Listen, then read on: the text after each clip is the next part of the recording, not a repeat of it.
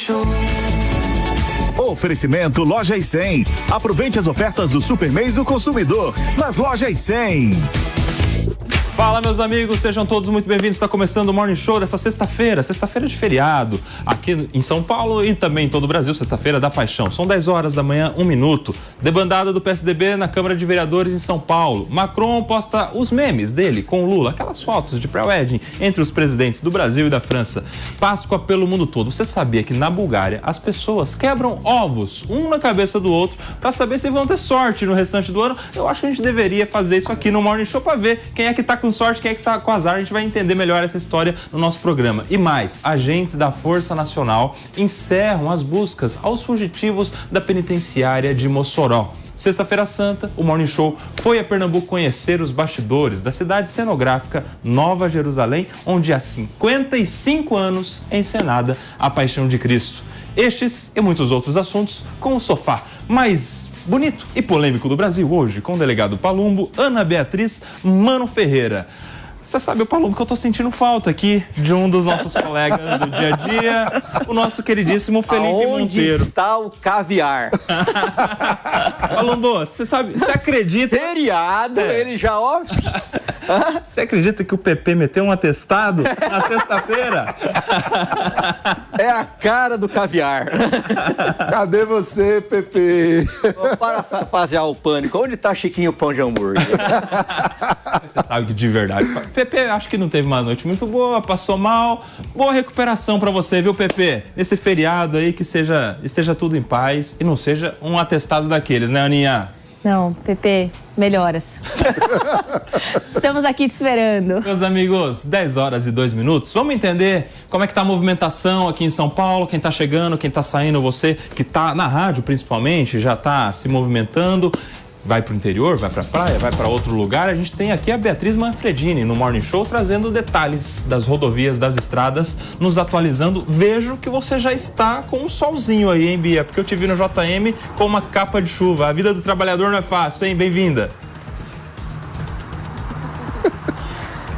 Kobayashi tem que estar pronta para tudo, principalmente aqui em São Paulo, né? Bom dia para você, para todo mundo aí no Morning Show. Olha, foi menos de 5 minutos. Eu cheguei com frio, coloquei a capa de chuva porque começou a chover forte e tirei porque agora tá um sol que tá até ardendo enquanto eu tô parada aqui. Mas eu falava no Jornal da Manhã, a gente tá muito acostumado aqui em São Paulo com o que a gente chama de efeito cebola, né? Sai de manhã cheio de casaco, cheio de camadas e vai tirando ao longo do dia e depois à noite coloca tudo de volta.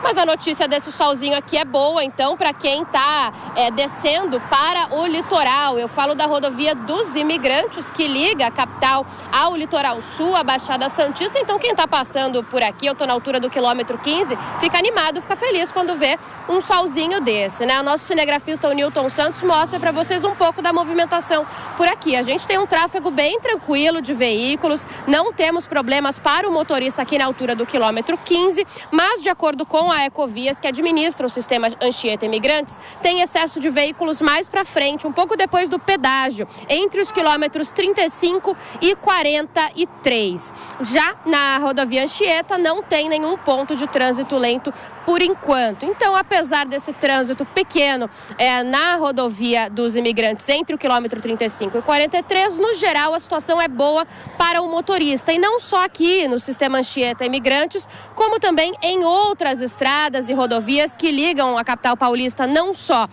ao litoral sul, como também ao litoral norte e ao interior. Eu dei uma olhada, passei pelas empresas, as concessionárias, não temos pontos agora importantes de trânsito ou muito grandes de tráfego de veículos, então o motorista pode seguir tranquilo. De acordo com a Artesp, que é a agência que administra o trânsito no estado de São Paulo, 2,5 milhões de veículos devem circular entre hoje e o dia 31, retorno, né, desse feriado de Páscoa.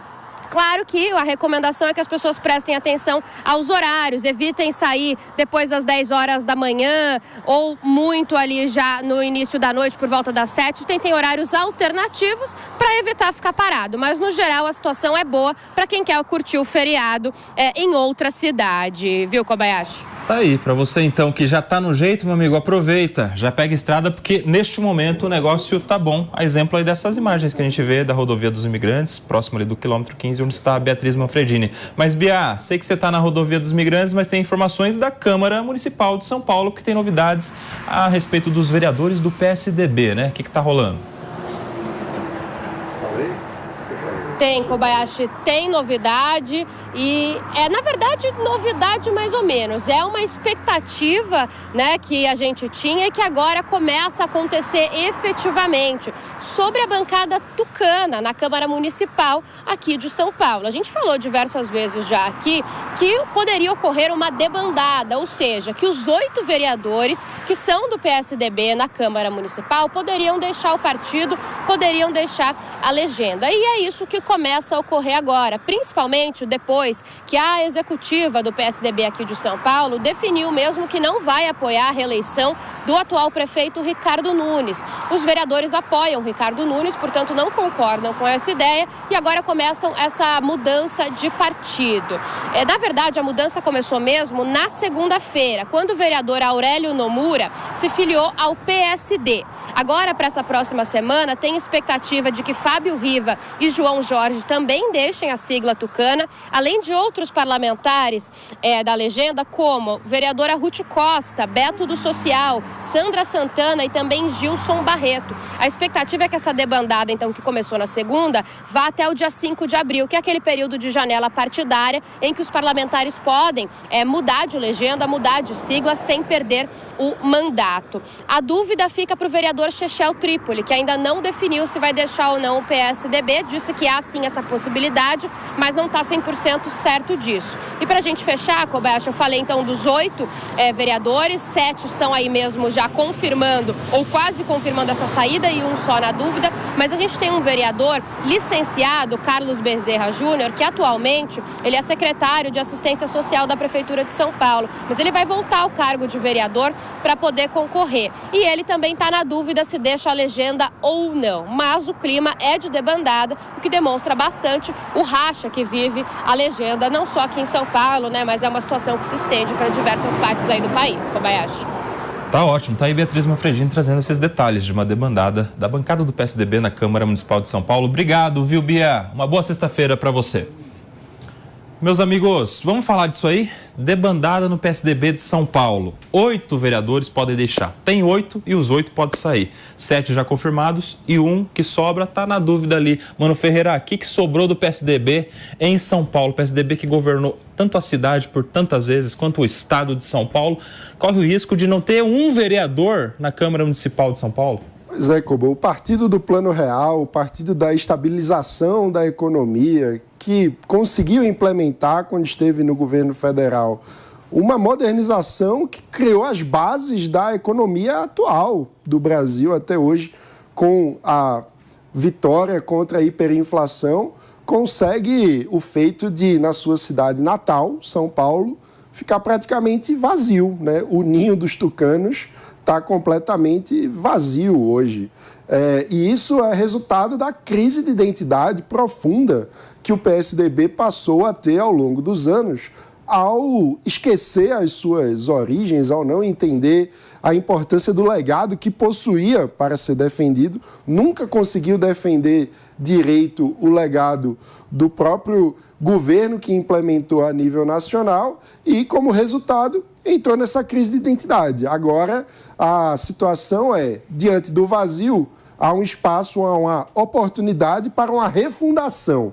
O problema é, sob que bases? Que identidade terá o novo PSDB que pode surgir depois de praticamente zerar as suas fileiras? Essa é a grande questão que ninguém sabe responder. E a sensação que dá é que, no lugar de ser uma oportunidade para construir o futuro do partido, há uma chance muito grande do partido apenas se voltar ao passado que já não deu certo, dado que, por todas as informações, quem manda no PSDB de verdade é o deputado Aécio Neves, que já tem uma longa história e que tem uma imagem não exatamente promissora na opinião pública. Ô Palumbo, você antes de ser deputado federal foi vereador aqui em São Paulo exatamente nessa legislatura, ou seja, todas essas pessoas que foram citadas pela Beatriz Manfredini foram seus colegas de Câmara Municipal. Como é que você está vendo este movimento? Era uma das maiores bancadas da Câmara de Vereadores. Ainda é, né? Porque ainda não saíram. Mas reino dividido desaba. Então, isso aí já veio dos rachas de um governador de São Paulo com um do Sul. Começaram a brigar entre si. Rodrigo Garcia perdeu a eleição aqui. Essa debandada não está acontecendo só na cidade de São Paulo, não. Hoje em dia, pelo interior, eu viajo muito pelos interiores aqui do Brasil, pelo interior do Brasil, de São Paulo, e as pessoas falam, ficar no PSDB é sinônimo de perder a eleição. Infelizmente, é isso, porque era um partido gigantesco, uma dissidência do MDB, né, do antigo PMDB, virou um partido que comandou o Brasil, como o Mano bem disse, né, criador do Plano Real, entre outros aí. Agora a gente vê isso daí, né? A maioria desses vereadores tende a ir para o partido do prefeito, que é o MDB. Que no caso é o seu também, né? No caso, eu já falei isso, né? Eu sofro de sincericídio, né? Eu tô um pouco me lixando para partido, né? Então eu sigo as minhas convicções. Mas eles vão seguir o que o Ricardo Nunes decidir ali, né? Para tentar. Só que não vai ter vaga para tanto vereador assim. Não vai ter vaga. Então provavelmente eles vão dividir entre os outros partidos aliados. Não sei como que eles vão fazer isso, mas o PSDB virou um sinônimo de que se ficar no PSDB, perde as eleições. É essa a impressão que dá. Quem é que ganha, Aninha? Se sai do PSDB, vai para algum lugar. Palumbo já falou que a maioria é para o MDB do prefeito Ricardo Nunes, mas a gente já viu ali notícia de alguém indo para o PSD, que é do Gilberto Kassab. Você acha que o PL também entra nessa rodada aí? Vai ficar entre esses três? Tem mais alguém que pode ganhar com isso? Algum partido ganhar vereador com isso ou não? Olha, eu acho que os partidos vão se organizar de forma a acolher todos esses vereadores, ainda todos muito ligados ao prefeito Ricardo Nunes. Me parece, inclusive, que a razão pela qual esses vereadores estão deixando o PSDB nesse momento foi a falta de apoio do partido à reeleição do Ricardo Nunes. E aí a gente tem uma questão de se lembrar que, na verdade, o Ricardo Nunes só é prefeito de São Paulo hoje por causa de uma aliança feita com o PSDB, porque quem ganhou a eleição foi o Bruno Covas, que infelizmente faleceu. Né? Esse é um ponto muito importante, porque você vê que também a escolha de vice e tudo que aconteceu desde o falecimento do Bruno Covas e do Ricardo Nunes assumir como prefeito da capital, colocou o PSDB de escanteio. E o PSDB como um todo se sentiu muito frustrado por não ter mais esse papel de protagonismo, porque até então era o partido do prefeito da cidade. E agora, por conta dessa situação, o diretório estadual decide, o diretório, acho que é o estadual, né? E o federal, enfim, decidiram que não apoiariam o Ricardo Nunes municipal. Municipal. Mas após uma pressão... Mas foi pressão estadual. Inclusive o Eduardo Leite, quando veio em São Paulo, declarou que achava que o PSDB não deveria apoiar o Ricardo Nunes, né? A decisão, obviamente, é do diretório municipal, porque a gente está falando da prefeitura. Mas a pressão foi dos outros entes federativos aí, que na verdade hoje tem um protagonismo maior dentro do PSDB. É curioso, porque a gente sempre teve expoentes do PSDB de São Paulo. E agora o que restou não é de São Paulo. E por conta disso houve esse racha e os vereadores agora estão indo embora porque eles continuam do lado do Ricardo Nunes. Você sabe o que fica parecendo, mano? Que muito mais do que qualquer influência aqui do estado ou da cidade de São Paulo, essa influência vem de outros estados, né? Você citou Aécio Neves, tem também a liderança lá no Rio Grande do Sul do Eduardo Leite, enfim, alguns outros nomes importantes do partido Brasil afora.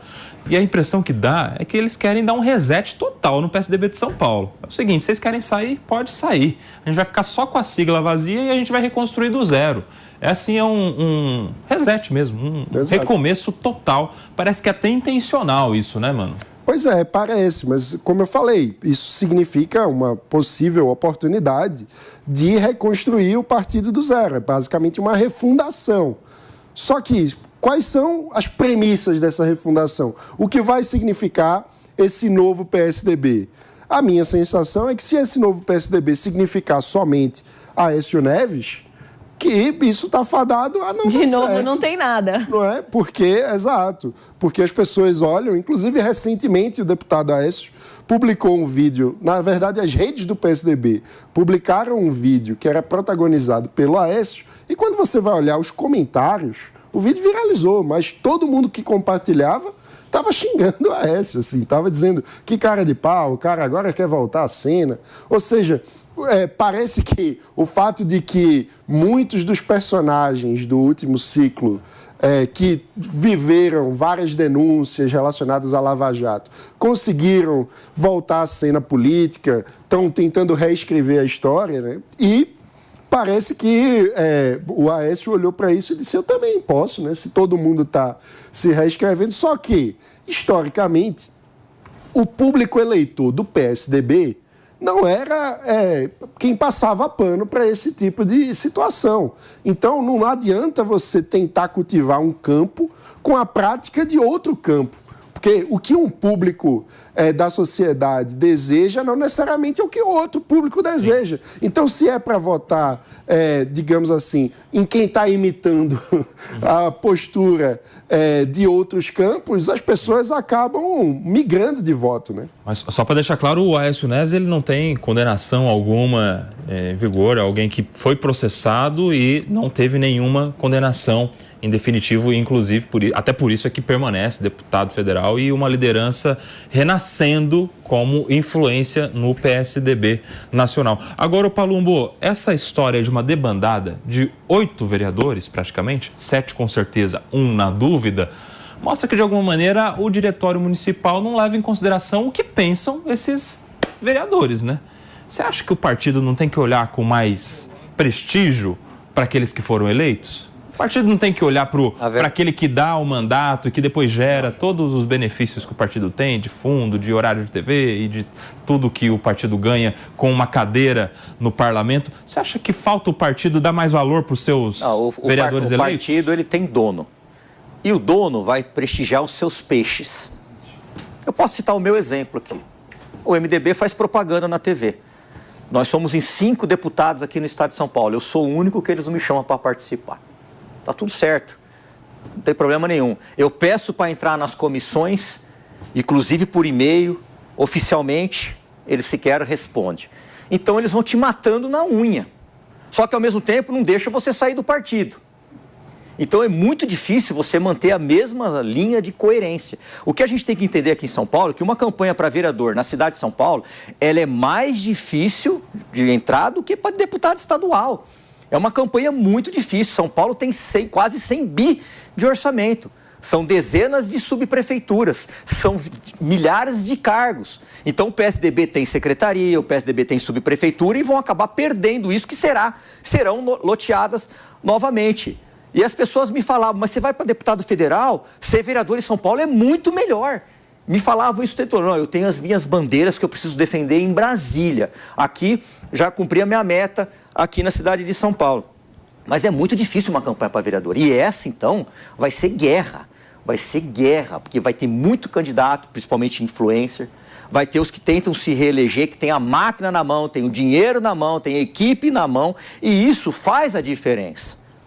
Essa campanha promete, Mano Ferreira. Pois é, eu critiquei bastante o PSDB, deixa eu dizer que tem uma oportunidade, que há uma geração de governadores que fazem um bom trabalho. A gente está falando de Eduardo Leite, Raquel Lira e Eduardo Riedel, que são também de uma nova geração, que podem construir um novo projeto, se tiverem protagonismo, que traga uma oxigenação, que represente realmente uma mudança geracional. Então, também há essa oportunidade na mesa. Se o PSDB souber aproveitar, pode ser uma boa notícia para o país. 10h19, Emmanuel Macron entrou na brincadeira. As fotos dele com o presidente Lula viraram memes nas redes sociais. E o presidente francês decidiu compartilhar um dos memes que circularam na internet. Na montagem, ele e o presidente brasileiro aparecem no cartaz do filme La La Land. Quem está vendo aí por imagem está vendo exatamente o post do Emmanuel Macron com este meme aí que viralizou. Sabe aquela imagem do presidente Lula com o Emmanuel Macron de mãos dadas, pulando um galinho, uma foto tipicamente de pré-wedding, ou Ana Beatriz, e que gerou tantos memes? O próprio presidente francês entrou na brincadeira. Legal quando o próprio presidente, o próprio objeto do meme, entra na brincadeira, leva pro lado do bom humor, né? Ana Beatriz. Eu queria dizer que os memes desse ensaio de fotos são maravilhosos. Essa é a primeira coisa que eu queria considerar, porque esse do La La Land é bom, mas tem uns outros muito bons também. Merece perder 5 minutos aí nas redes sociais para dar uma olhada. Brincadeiras à parte, o que a gente vê, na verdade, é uma oxigenação até do marketing e da publicidade política. Porque hoje a nossa sociedade tem uma relevância, se importa muito com as redes sociais, com esse tipo de abordagem. Então, eu acho muito interessante que o líder de uma nação, como a francesa, entre na brincadeira. Eu acho que faz parte. No Carnaval, todo mundo ficou falando que imagina que o João Campos tinha, lembra? Pintado o cabelo. Nevou na cabeça dele. Nevou e tudo. Então, eu acho que faz parte até de uma abordagem de tentar aproximar a comunicação com o seu público. No caso do Macron, não é eleitorado, porque a gente está no Brasil e ele está na França. Mas, de alguma forma, tentar se aproximar e quebrar um pouco da seriedade da política no geral. Sobre a visita em si, fora os memes, a gente não sabe muita coisa, o que acaba sendo a desvantagem de chamar tanto a atenção para essas coisas que são mais amenas e engraçadas, porque a gente é um líder de Estado super importante que está aqui no país e poderia estar se dando tanta atenção também ao que ele está fazendo aqui. Tá todo mundo muito mais preocupado com o La La Land do que com a visita dele especificamente falando. Mas, de todo modo, divertido que ele tenha entrado na brincadeira. A Ana Beatriz falou aí do João Campos, que pintou o cabelo, descoloriu o cabelo, né? Durante o Carnaval, falou que nevou na cabeça dele. Eu quero saber você, Palumbo, que dia que você vai adotar o marketing estratégico, político e vai nevar na sua cabeça, Palumbo? Quero ver você aqui semana que vem de cabelo descolorido. E aí? Não tenho a mínima condição disso acontecer. Eu sou um cara antigo, né? Vai nevar, Palumbo. Mas usa as redes sociais para se aproximar do seu eleitorado. Eu uso redes sociais. Se eu não tivesse rede social, eu não teria ganhado. É isso. Agora, esperar que eu faça descolorir o cabelo, que eu faça botox. Ensaio vem aqui que você vai fazer E você faria um ensaio assim, com essas fotos? A minha mulher. Queria saber o que o PP faria, né? PP deve estar num resort agora, né? Você não esquece o PP, né, Palumbo?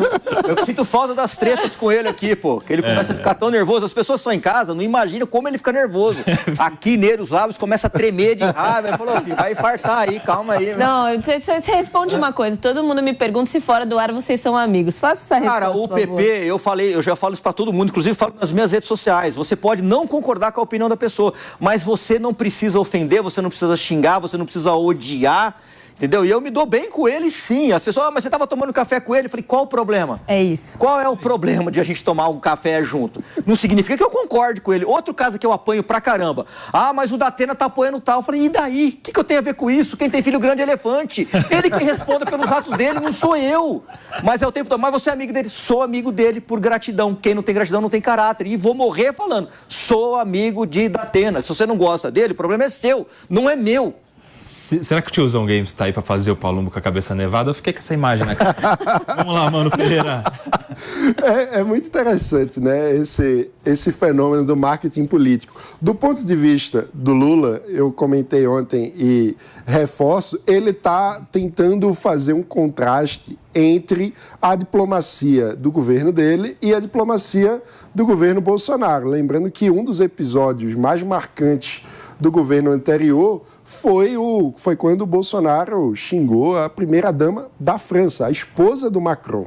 Então agora o Lula, com esses memes, viraliza e consegue deixar a marca de que, enquanto o outro xingava, eu estou aqui tirando fotos de pré-casamento, né? Ou seja, é como se fosse o reforço da narrativa que o PT sempre tentou construir do ódio versus o amor, né? Então o outro xinga por quê? Porque é ódio.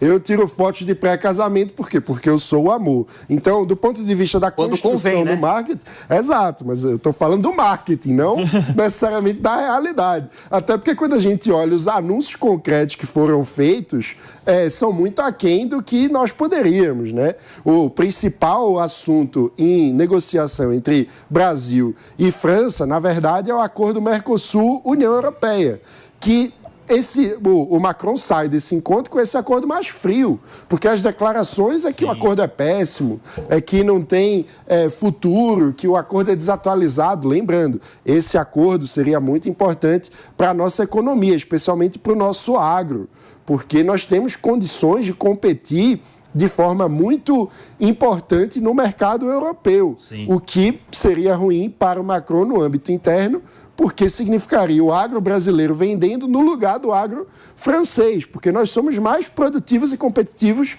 do que os produtores da França. Então ele sofre essa pressão do público interno contra esse acordo. Sim. Ô, Ferzinha, a gente tem... Só um minutinho, Aninha. A gente tem as imagens aí das fotos que viralizaram. Foram um sucesso. Imagina como está a agenda desse fotógrafo agora, de casais querendo contratá-lo. Essa é a imagem do presidente Lula com o Emmanuel Macron, ali, eles em um evento em que eles conversam com a comunidade indígena. Olha essa imagem, que linda. Uma imagem magnífica, gente. O Lula e o Macron na floresta, tem uma no barco também, que é posta de cinema, sensacional. Né? Essa daí. Essa é boa. Essa daí é uma imagem muito... Chupa que a cana é doce, meu filho. Vocês verem, meus amigos. Você sabe que nas redes sociais o pessoal diz que é um ensaio de casamento e que o celebrante foi o cacique Raoni. Ih, rapaz, olha lá. O cacique Raoni já fez ali a união do presidente Lula, mas a união não virou acordo. Aliás, Aninha, estas imagens aí indicavam de alguma maneira que o presidente Lula e o Macron chegariam de alguma maneira a um consenso sobre esta intenção de um acordo entre o Mercosul e a União Europeia. Antes de você falar, 10 horas e 26 minutos, um rápido intervalo para quem está na rádio. Aninha. Sabe que no final do ano passado, se não me engano, um pouco antes da eleição do Milei, houve uma tentativa de avançar rapidamente com esse acordo, e o Macron, ele foi a principal voz contra este acordo.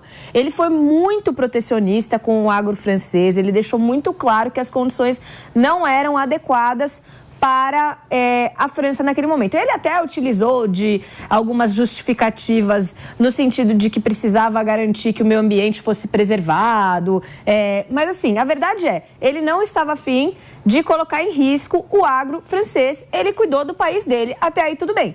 Então, passam-se meses, ele vem até o Brasil, então você imagina que, poxa, pode ser que eles tenham reavaliado, eles vão conversar, eles vão chegar numa composição, num denominador comum, saem essas fotos belíssimas de casamento e adivinha, o acordo continua sendo uma porcaria e o Macron não quer nem escutar falar.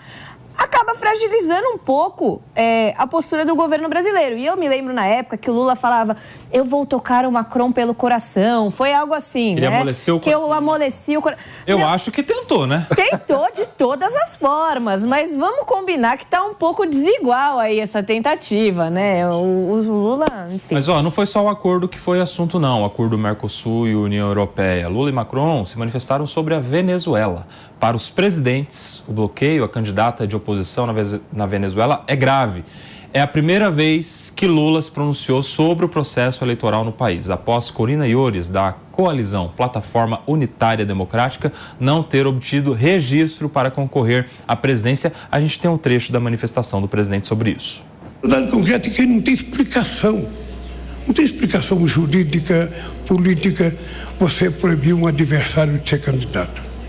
Aqui no Brasil todo mundo sabe que todos os adversários serão tratados nas mesmas condições que qualquer pedro. Aqui é proibido proibir, a não ser que tenha uma punição judicial. Mano Ferreira. Olha, a gente está assistindo a um interessante cavalo de pau do Lula na relação com a Venezuela, né? Lula, que é o mesmo presidente que alguns meses atrás recebeu em solo brasileiro, em Brasília, numa visita de Estado, com todas as honras de chefe de Estado, o ditador Nicolás Maduro, dizendo para o mundo que ele precisava mudar a narrativa, que todo o problema da aceitação do regime ditatorial da Venezuela, na verdade, seria um problema de ajuste de narrativa e que a Venezuela seria democrática porque o conceito de democracia seria relativo. Bom, agora a gente está vendo o Lula tratando não dos problemas da Venezuela como narrativas, mas tratando como problemas concretos, dizendo que é grave que uma candidata de oposição não possa ser candidata.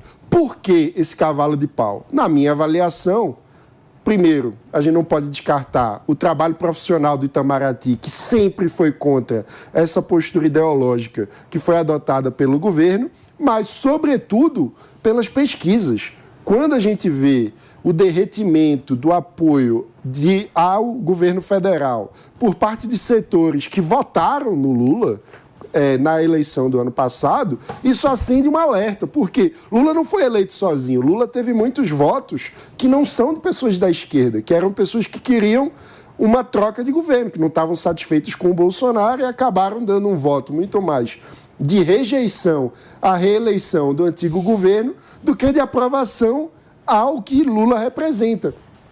Só que, uma vez no governo, ele fez de conta que foi eleito sozinho e estava tomando na política externa uma postura tradicional do PT. Agora ele dá um cavalo de pau, na minha avaliação, porque percebeu, pelas pesquisas, que precisa tentar reconquistar esse eleitor que é mais de centro e menos de esquerda e que está descontente com a postura dele. Foi bom esse cavalo de pau, ô Palumbo? Porque olha, o presidente, pela pra mim, primeira ele tá jogando vez... para a torcida, ele tá fazendo aquele papel de policial bom e policial ruim. Porque na prática não muda nada. Então ele se mete numa guerra do outro lado do mundo e aqui do nosso lado, onde temos um ditador que não deixa ninguém concorrer com ele, que prende seus opositores, que os opositores têm que ficar exilados, como o João Guardou. Então fica muito difícil, né? A narrativa tem que fazer parte com a prática também. O que vai ser tomado de atitude? Porque só falando não vai resolver absolutamente nada. Entendeu? A Venezuela, 96% da população vive em extrema pobreza. O judiciário corrompido. Não teremos eleições. Ou alguém tem dúvida aqui que ele vai ser um teatro? Vai ser um teatro. Vai ser um teatro. Então agora ele fala muito, porque o Mano está correto, ele fala assim, olha, ele viu que a popularidade dele despencou, ele precisa fazer alguma coisa, ele precisa falar alguma coisa, mas além de falar, ele precisa fazer, porque só ficar falando e depois receber ele com tapete vermelho aqui, ficar mandando dinheiro para a Venezuela o tempo todo, até quando o Brasil vai ser o banco aqui da América Latina? Não dá para ficar fazendo isso. E aí, Aninha? Eu acho que tem uma questão aí de extemporaneidade desse discurso. Veio muito tarde, você acha? Muito tarde. A gente sabe que a Venezuela enfrenta problemas seríssimos de legalidade das eleições já faz, meses. E só agora, justo agora, quando as candidaturas da oposição, quando como é que fala? Quando as candidaturas já foram encerradas, né? Acabou a inscrição. Acabaram as inscrições, exatamente. Me fugiram as palavras. Quando acabaram as inscrições, ele solta uma nota que eu acredito que foi muito, muito básica. E depois que o presidente francês se manifesta, ele adota um tom mais duro. Então, assim, na prática não vai fazer diferença nenhuma.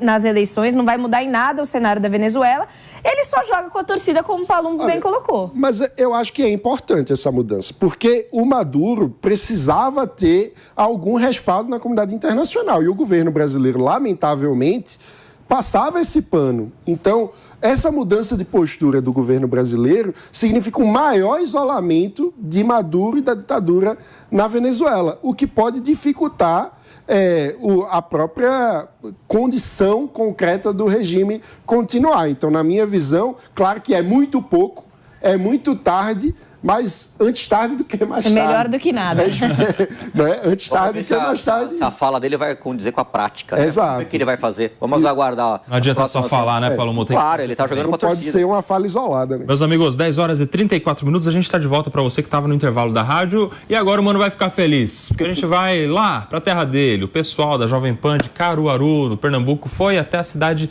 de Fazenda Nova, no Agreste Pernambucano, onde fica a cidade cenográfica Nova Jerusalém. Matéria especial aqui para o Morning Show sobre o palco da Paixão de Cristo. Estamos aqui na cidade cenográfica de Nova Jerusalém, o maior teatro ao ar livre do mundo. E é nesse cenário, nessa atmosfera, que acontece a 55ª edição da Paixão de Cristo. Bem-vindos a todos, Norte, Nordeste, Sul e Sudeste. Sejam bem-vindos ao maior teatro ao ar livre do mundo. Ai de ti, carpinteiro de Nazaré. Ai de ti, a sua alma triste, eu acho que é o personagem mais lindo que alguém pode viver na vida, né? viver Maria, viver Jesus. Eu acho que eles têm essa dimensão dual, que é uma Maria, é uma mãe, é uma mulher como muitas mulheres. Eu também sou Maria, minha avó é Maria, mas ela reúne dentro de si as maiores qualidades divinas que um ser tem. Ela é uma grande mente de compaixão, uma grande consciência de amor, que é um enlevo poder entrar dentro desse campo, né, que a personagem irradia. A luz dos olhos e levaram os oprimidos à redenção, para pregoar o ano da graça do Senhor. O espetáculo vem evoluindo a cada ano. A gente sabe que a história é a mesma, mas precisa de inovações. Então a gente inova nos efeitos especiais, a gente inova no figurino, a gente inova na cenografia, na tecnologia de luz e som, né? E no próprio elenco. O maior teatro ao ar livre do mundo é uma cidade-teatro com 100 mil metros quadrados, o que equivale a 1/3 da área murada da Jerusalém original, onde Jesus viveu seus últimos dias. É cercada por uma muralha de pedras de 4 metros de altura e com 70 torres de 7 metros cada uma. No seu interior, 9 palcos plateias reproduzem cenários naturais, arruados e palácios, além do Templo de Jerusalém, constituindo obras monumentais, concebidas por vários arquitetos e cenógrafos nordestinos. Nem eu te condenarei. Vai e não tornes a pecar. Tá aí, matéria especial aqui no Morning Show, diretamente lá da Jovem Pan de Caruaru, que foi até a cidade cenográfica Nova Jerusalém, lá na cidade de Fazenda Nova.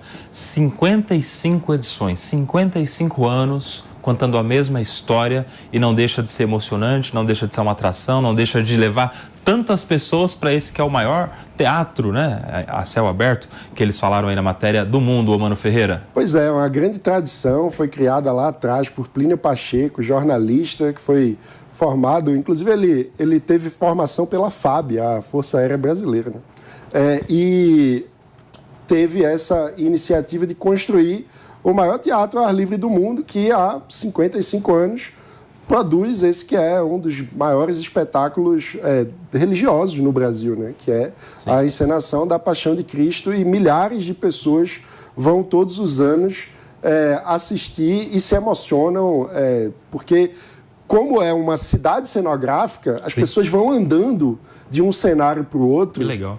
E se sentem parte da história, né? Porque, enfim, não é como se você estivesse num teatro sentado. Você vai caminhando pela cidade. Você não assiste, você faz parte da história. Você faz parte, exato. Então, na hora da crucificação, na hora de... Tem várias cenas que as pessoas reagem, né? As pessoas se sentem parte da história de Jesus e certamente é algo muito emocionante. Ô Palumbo, e não deixa de ser importante esta manifestação teatral, cultural, para trazer de fato o verdadeiro motivo da Páscoa, né? A história que está por detrás dessa data comemorativa. Vamos lembrar que hoje é um feriado religioso e isso é importante para todos os anos a gente se lembrar o porquê da Páscoa, Palumbo. Páscoa não é chocolate, né? Hoje é um dia que Jesus atravessou o Calvário, foi humilhado, chicoteado, bateram na cara dele, crucificaram ele, e ele fez isso para nos salvar. Eu tenho certeza que a maioria dos ouvintes, telespectadores, são cristãos. Então a gente tem, hoje para os católicos, eu sou católico, apostólico romano, é um dia de introspecção, é um dia de silêncio, é um dia de a gente nos colocar ali, pensar o que Jesus fez para nos salvar. É um dia muito importante para mim, para minha família. Para quem não sabe, né, meu pai foi padre, ele veio da Itália como padre. Legal, conta essa história, Palumbo, que é bem legal. Meu pai é um italiano de 91 anos, ele veio para o Brasil como padre. A primeira paróquia dele foi a Nossa Senhora da Assunção, em Pirituba. Lá ele conheceu minha mãe. Para fugir desse amor, foi para a Bélgica, onde continuou sendo padre. Não aguentou, pediu dispensa para o Papa e se casou aqui na Igreja da Consolação. Então, E desse amor nasceu o delegado Palumbo. Desse amor nasceu essa coisa que nos fala. Então, a gente ora muito, a gente reza muito. Nós temos grupos de oração em casa, né? Então, nós vivemos realmente aí tentar imitar o que Cristo nos passou, né? E legal, eu estava acompanhando nas redes sociais, você está sempre com seu pai, né? E ele deixou de ser padre, mas não deixou de ser um cristão fervoroso, católico, ele está sempre empenhado. Ele não pode exercer, né, o sacerdócio, sim, mas ele continua sendo padre, lá em casa tem capela. Ensina as pessoas, né, Paulo? Ele não discute religião, viu? Isso é legal. Não discute religião. Porque muitas vezes, quando o padre ele sai da igreja católica, ele sofre um preconceito da própria igreja. E hoje ele tem grandes amigos pastores evangélicos, assim como eu tenho. E ele sempre me ensinou, nunca discuta religião. Deus falava do amor, do respeito, e não ficar discutindo religião. Então, se você é um bandista, espírita, católico, se Jesus não obrigava ninguém a segui-lo, quem somos nós, simples mortais, para ficar obrigando a você a seguir determinada religião? Como é que é o nome do seu pai, Palumbo? Mário Palumbo. Um abração, senhor Mário Palumbo, parabéns aí pela família, principalmente aqui pelo delegado Palumbo, nosso amigo do Morning Show. Fala, Ninha. Deve ser o máximo participar dessa peça, dessa encenação. O Palumbo, eu também sou católica, apostólica romana, ele falou muito bem sobre a importância do dia de hoje, sobre a necessidade da gente ir além do ovo de Páscoa, além do dia não útil, de entender exatamente os sacrifícios que foram feitos para que hoje nós pudéssemos estar aqui, né? Para quem acredita nisso, isso é muito forte. Então, assim, deve ser super bonita a encenação, muito interessante. E com relação ao dia de hoje em si, só posso desejar que todos consigam estar ao lado das suas pessoas queridas, fazer essa reflexão em conjunto, é muito importante, uma união, e é isso. Muito legal, Aninha. São 10h41.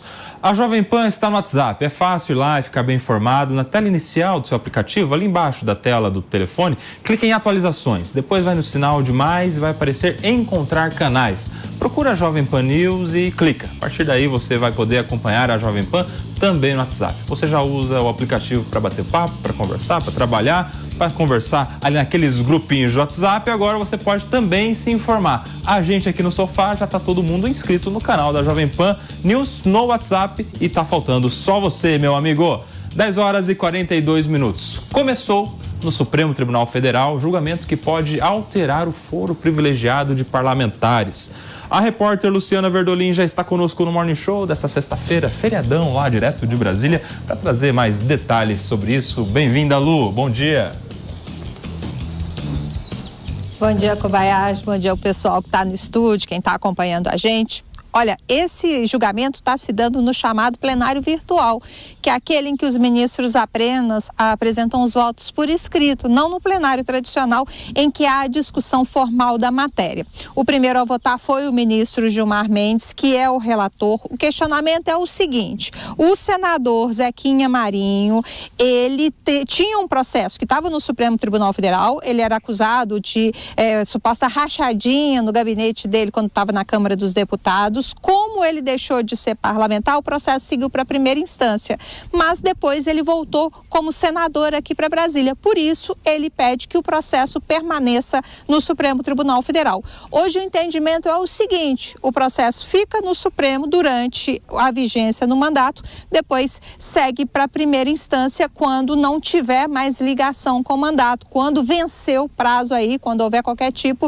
de desligamento com o mandato da qual o parlamentar fazia parte na época. O ministro Gilmar Mendes, ele entende que sim, que o processo deve voltar para o Supremo Tribunal Federal, levando-se em consideração que o parlamentar voltou a ser, hoje, senador da República, e que nos casos em que o questionamento se dá dentro do mandato, a questão pode permanecer aqui em Brasília. Ele diz o seguinte, que o plenário deve revisitar a matéria. A saída do cargo somente afasta o foro privilegiado em casos de crime praticados antes da investidura no cargo, dos que não possuem relação com o seu exercício. Ainda com Gilmar Mendes, no voto que foi apresentado nesse processo, crimes funcionais. No caso de crimes funcionais, a prerrogativa de foro deve permanecer mesmo após o encerramento das funções. A proposta em discussão, ainda de acordo com o ministro, não altera a essência da atual jurisprudência, apenas avança para afirmar o foro especial, mesmo após o fim das funções, mesmo após o fim do mandato. O advogado Francisco Agosti, que é do senador Zequinha, ele defende a necessidade dessa manutenção aqui em Brasília. E, conforme entendimento em vigor, só para a gente finalizar aqui essa discussão, a partir do momento em que o mandato encerra, o processo deve seguir para a primeira instância, a não ser quando o caso já estiver na fase final de tramitação. Os demais ministros da Casa têm até o próximo dia 8 de abril. A expectativa é de que esses votos só sejam dados na semana que vem, uma vez que o Supremo Tribunal Federal está de recesso desde quarta-feira. Tá aí, Luciana Verdolim, direto de Brasília, trazendo detalhes desse julgamento que se iniciou no Supremo Tribunal Federal, que pode mudar, de alguma maneira, o foro privilegiado. Obrigado, viu, Lu? Bom dia para você. Meus amigos, como é que vocês veem essa questão, Ana Beatriz? O ministro Gilmar Mendes tinha a opção de decidir sozinho, com uma decisão monocrática, tinha a opção de levar para a turma dele, ele e mais 4 ministros, né, para decidirem entre eles este novo entendimento. Ele abriu mão e colocou para ser decidido no plenário virtual. Significa, vamos levar para que os 11 ministros decidam se a gente revisita a matéria, mais conhecido como muda de entendimento. Como é que você vê, Ana Beatriz? Olha, Koba, antes de falar como eu vejo isso especificamente, eu queria chamar a atenção que a importância do foro privilegiado hoje no Brasil é tão grande por conta da falta de credibilidade que nós temos nas nossas instituições como um todo.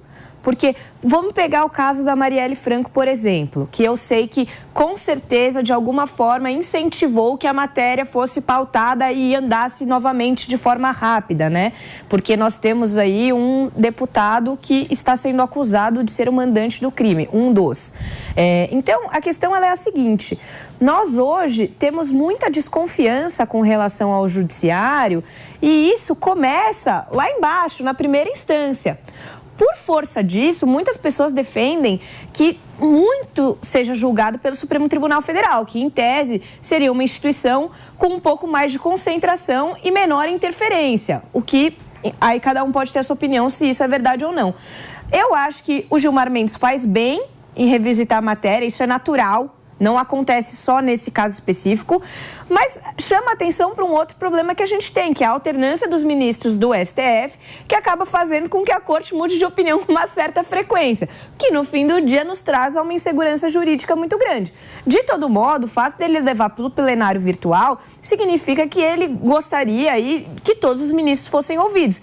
E isso é muito importante, porque, enfim, é uma representação melhor do que se entende. Quando a decisão é dos 11 ministros, ô Palumbo, fica mais legal para a população entender, né, o resultado final. Fez bem o ministro levar para o plenário? Eu acho que ele fez bem, mas por essa lógica, o ex-presidente deveria ser julgado em primeira instância, se prevalecer esse julgamento de que quando está no mandato supremo, quando não está, primeira instância.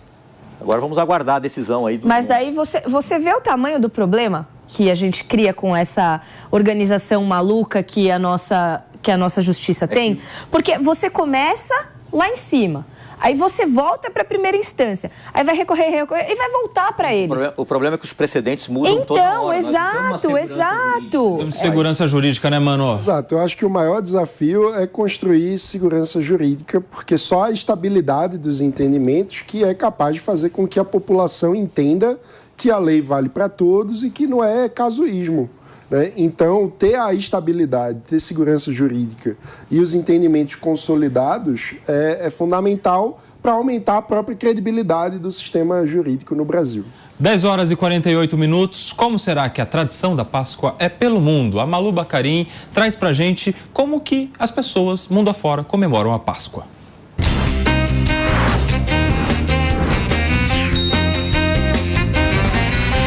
A Bulgária tem uma tradição que consiste em quebrar um ovo cozido no outro. Acredita-se que aquele que conseguir manter a própria casca intacta será bem-sucedido no próximo ano. Na Polônia, todos os feriados e datas festivas contam com rituais. A Páscoa é representada com um cordeiro talhado em madeira e colocado no centro da mesa no domingo. Na França, cerca de 15 mil ovos são usados para fazer o tradicional omelete de Páscoa. O costume foi adotado nos anos 70. Na Suécia, a Páscoa se assemelha ao Halloween, com crianças saindo nas ruas à procura de doces. Muitos suecos também fazem os próprios ovos para recheá-los com chocolates e balas. Já na República Tcheca, as crianças ganham varas de madeiras com laços coloridos como amuleto da sorte. Vocês viram aí que interessante, né? Mundo afora. Esse da França eu gostei, que eles fazem omelete com ovos, não de chocolate, no caso, né? E isso me lembra Bastos, porque eu sou de uma cidade chamada Bastos, no interior de São Paulo, que é a capital do ovo. E lá, todos os anos, na festa do ovo, que é a festa da cidade, também tem muito omelete. E aí as granjas todas cedem os ovos para fazer ali um omeletaço. Eu vou te levar lá, viu, Palombo? Vou levar, eu como ovo todo dia. Tá vendo? Minha mulher manda eu comer ovo todo dia, eu como, né? Dizem que o ovo é o segundo melhor alimento que existe no planeta. O primeiro é o leite materno, o segundo é o ovo, Mano Ferreira. Olha aí.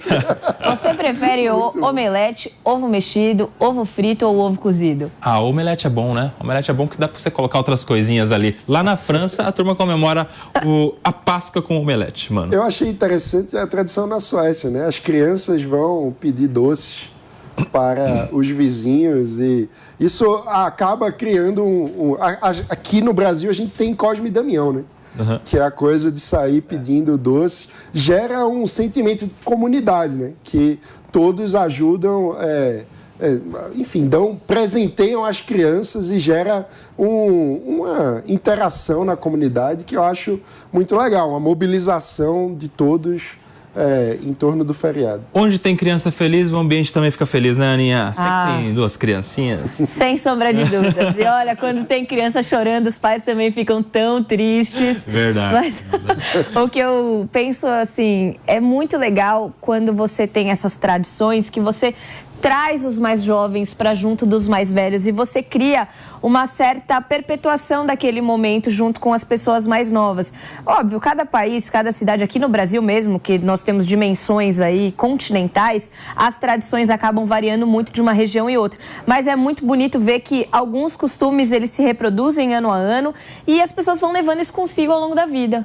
Fala, mano. Eu só ia perguntar, porque quando eu era criança, os meus pais faziam a caçada aos ovos. Eles escondiam os ovos e aí... Minha mãe faz isso até hoje. Olha aí. Você sabe que isso é legal? Porque muito mais do que o presente, você dá pra criança uma experiência, né? E você cria ali as memórias. A criança ela não vai lembrar do gosto de chocolate, de que ganhou um presente. Ela vai ganhar da experiência, dela encontrando um ovo, dela brincando, dela pedindo um doce, dela comendo um omelete, dela... As experiências, Aninha, é disso que a criança lembra. Com certeza. E é muito bonito ver a criança se envolvendo com aquilo, descobrindo. Então, a caça aos ovos, por exemplo, é uma coisa que a gente tem lá em casa. E aí eles ficam super animados. Quando que o coelhinho vai passar? Quando que eu posso começar a procurar? O Joãozinho não, porque ele não entende nada. Mas eu acho que se ele vê o chocolate, ele vai querer. Agora, a Maria Tereza, ela fica super animada. Então, eu acho muito legal. Sabe que eu tô numa fase, meu filho tem 1 ano e 5 meses, né? E ele ainda não sabe o que é doce. Então, eu ofereço chocolate e ele recusa. Porque ele não sabe. Então, tem que aproveitar esses momentos. É o primeiro filho, Koba. É o primeiro filho. No primeiro filho a gente faz tudo certo.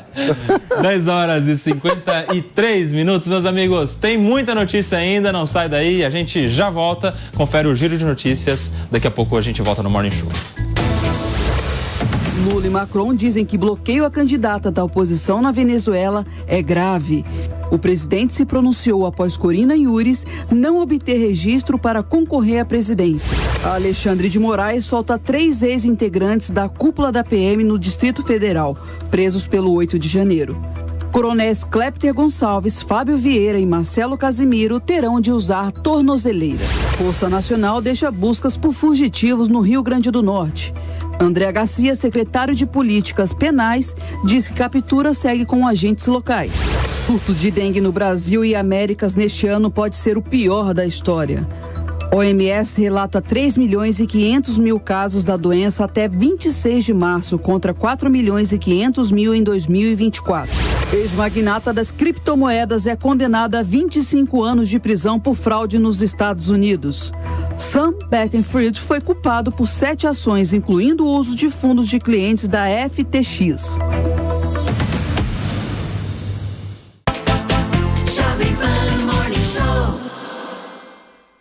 As lojas 100 têm preço baixo sempre, mas neste mês o preço baixo será mais baixo ainda. É a sua chance de comprar tudo o que você precisa em condições ainda melhores. É o Super Mês do Consumidor nas lojas 100. É preço mais baixo para você comprar mais fácil ainda. É crédito mais facilitado, mais prazo e prestações ainda menores. Super Mês do Consumidor. Facilidade assim, só nas Lojas 100. Mais uma vez, como sempre, imbatível. O que dá pra fazer com tudo que a Cepera inventa? Qualidade, novidade, criatividade. Sabor pra todos os paladares. Do mais simples ao mais refinado. Vem com Cepera pra reinventar. Cepera pra trazer mais sabor. Cepera, lanches e refeição. Cepera, agrada o paladar. A gente inventa, você reinventa. Reinvente o sabor, reinvente seus pratos, reinvente seu dia com a linha de produtos Cepera.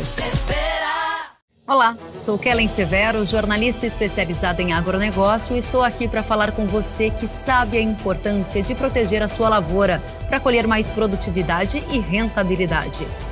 Na hora H do controle das doenças, pragas e daninhas das diversas culturas, conte com as soluções inovadoras da Ihara. Na lavoura tem hora certa para tudo e tem Ihara para toda hora. Pode confiar. Jovem Pan News.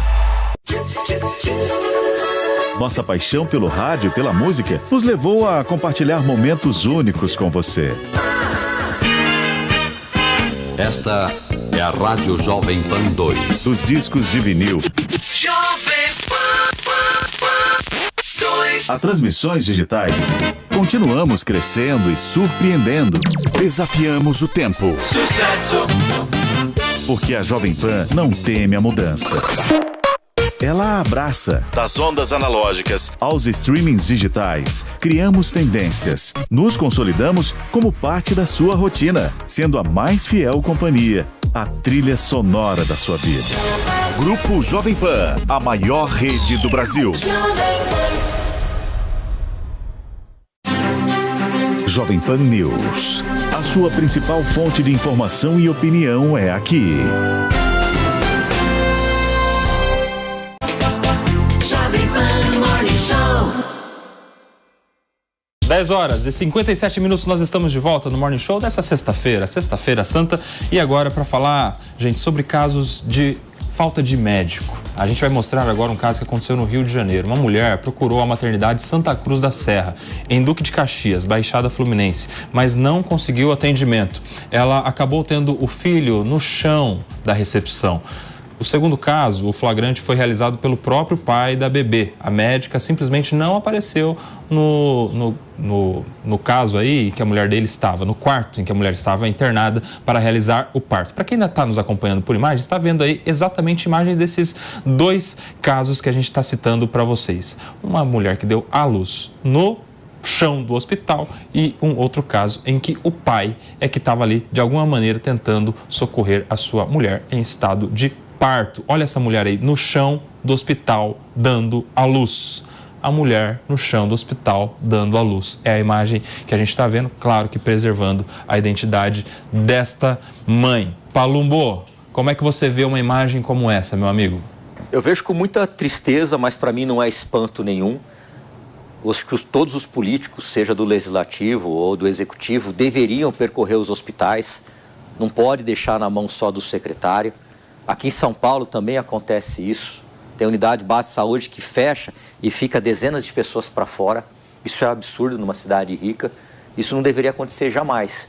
E essas pessoas têm que se colocar no lugar desses pacientes. Será que se fosse a mãe do prefeito, a mãe de um governador de estado, a mãe de um político, estaria numa situação como essa? Se fosse um parente de um político? Não, não estaria. Uma das maiores demandas que nós recebemos políticos, eu posso falar por mim, é em questão da saúde.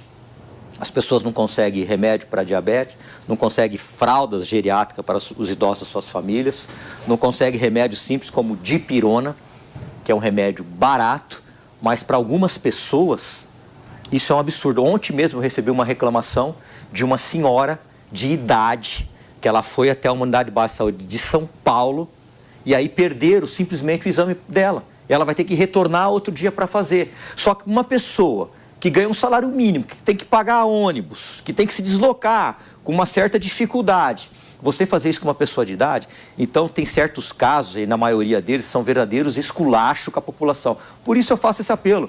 políticos de todo o Brasil, visite unidade de baixa saúde, visite hospitais. Vocês vão ver que a propaganda que eles colocam na TV não condiz com a prática. Aí, Mano Ferreira, essas imagens que a gente está vendo, ó, uma das imagens da mãe dando a luz no chão e na outra imagem que a gente estava vendo, mesmo pedindo socorro e em trabalho de parto, ninguém da maternidade, Alzira Reis, em Niterói, aparece para ajudar, Mano Ferreira. Kobe, eu acho que esse é um dos maiores símbolos do grau da desigualdade que a gente vive no Brasil, né? Porque a gente está falando aí da chegada ao mundo de um ser humano. E é a chegada de forma completamente desamparada, né? Enquanto, enfim, todos nós sonhamos, né, que o momento da chegada de uma criança no mundo seja um momento de alegria para a família, um momento de celebração da vida humana, né? Um momento de esperança. Uma nova criança numa família sempre traz felicidade e, no entanto, nesse caso, o momento que deveria ser um ritual de celebração da vida acaba virando um momento de desrespeito à vida, né? Porque você ter o atendimento negado, você ter uma situação dessa de ter que fazer o parto no chão da recepção de um hospital e não no quarto, por falta de atendimento, é algo que, assim, que embrulha o estômago. Porque imagina todo o processo da gravidez nessa família, toda a idealização, toda a expectativa a respeito do momento do nascimento ser de repente desrespeitada e virar um momento que deveria ser de alegria, virar um momento de apreensão, um momento de estresse agudo na família pela falta de atendimento adequado. E isso mostra como nós, como país, não estamos sendo capazes ainda de dar o suporte adequado para as crianças. E quando a gente fala de criar um país onde todos tenham igualdade de oportunidades e possam vislumbrar o seu futuro, ter o direito de sonhar, o básico começa na forma como nós tratamos a primeira infância. E o primeiro momento da primeira infância é exatamente o nascimento. Então, ter o direito a um pré-natal saudável, a um parto saudável, é essencial para a gente ser capaz de construir um país onde todos possam ter o direito de sonhar. Mano, muitos políticos, eles querem economizar e se esquecem da população. Aqui em São Paulo, nós temos um hospital gigantesco, Planalto, na Zona Leste, que ele é fechado. Eu pedi para um assessor ir até lá, simplesmente não deixaram ele entrar, só atende urgência e emergência, e aí as pessoas têm que fazer peregrinações pelas unidades básicas de saúde. Chegando nessas unidades básicas de saúde, a fila de espera é gigantesca, as pessoas não conseguem atendimento. Então, a saúde está em colapso no Brasil, em todas as cidades. Não é só na cidade de São Paulo, não, é absolutamente todos. O que me deixa espantado é que a gente tem um orçamento de 95 bilhões de reais e as pessoas estão morrendo nas filas de hospitais por falta de atendimento. E isso é um absurdo. Em nota, a Secretaria Municipal de Niterói afirma que orienta todos os profissionais a manter o atendimento humanizado e que vai apurar o ocorrido, além de tomar medidas cabíveis. Já a Prefeitura de Duque de Caxias demitiu a médica que negou atendimento à mulher que teve o bebê no chão da recepção. Ana Beatriz, você que é a mãe desse programa, você que pode nos dizer qual é este momento, este dia de dar à luz? Tantas emoções misturadas, de medo com alegria, com hormônios também influenciando, com a questão da dor envolvida. E aí uma mãe prestes a dar à luz para ser o dia mais feliz da vida dela, tem que dar à luz no chão do hospital, Ana. Não, Koba, o Mano, ele tocou nesse ponto e você voltou.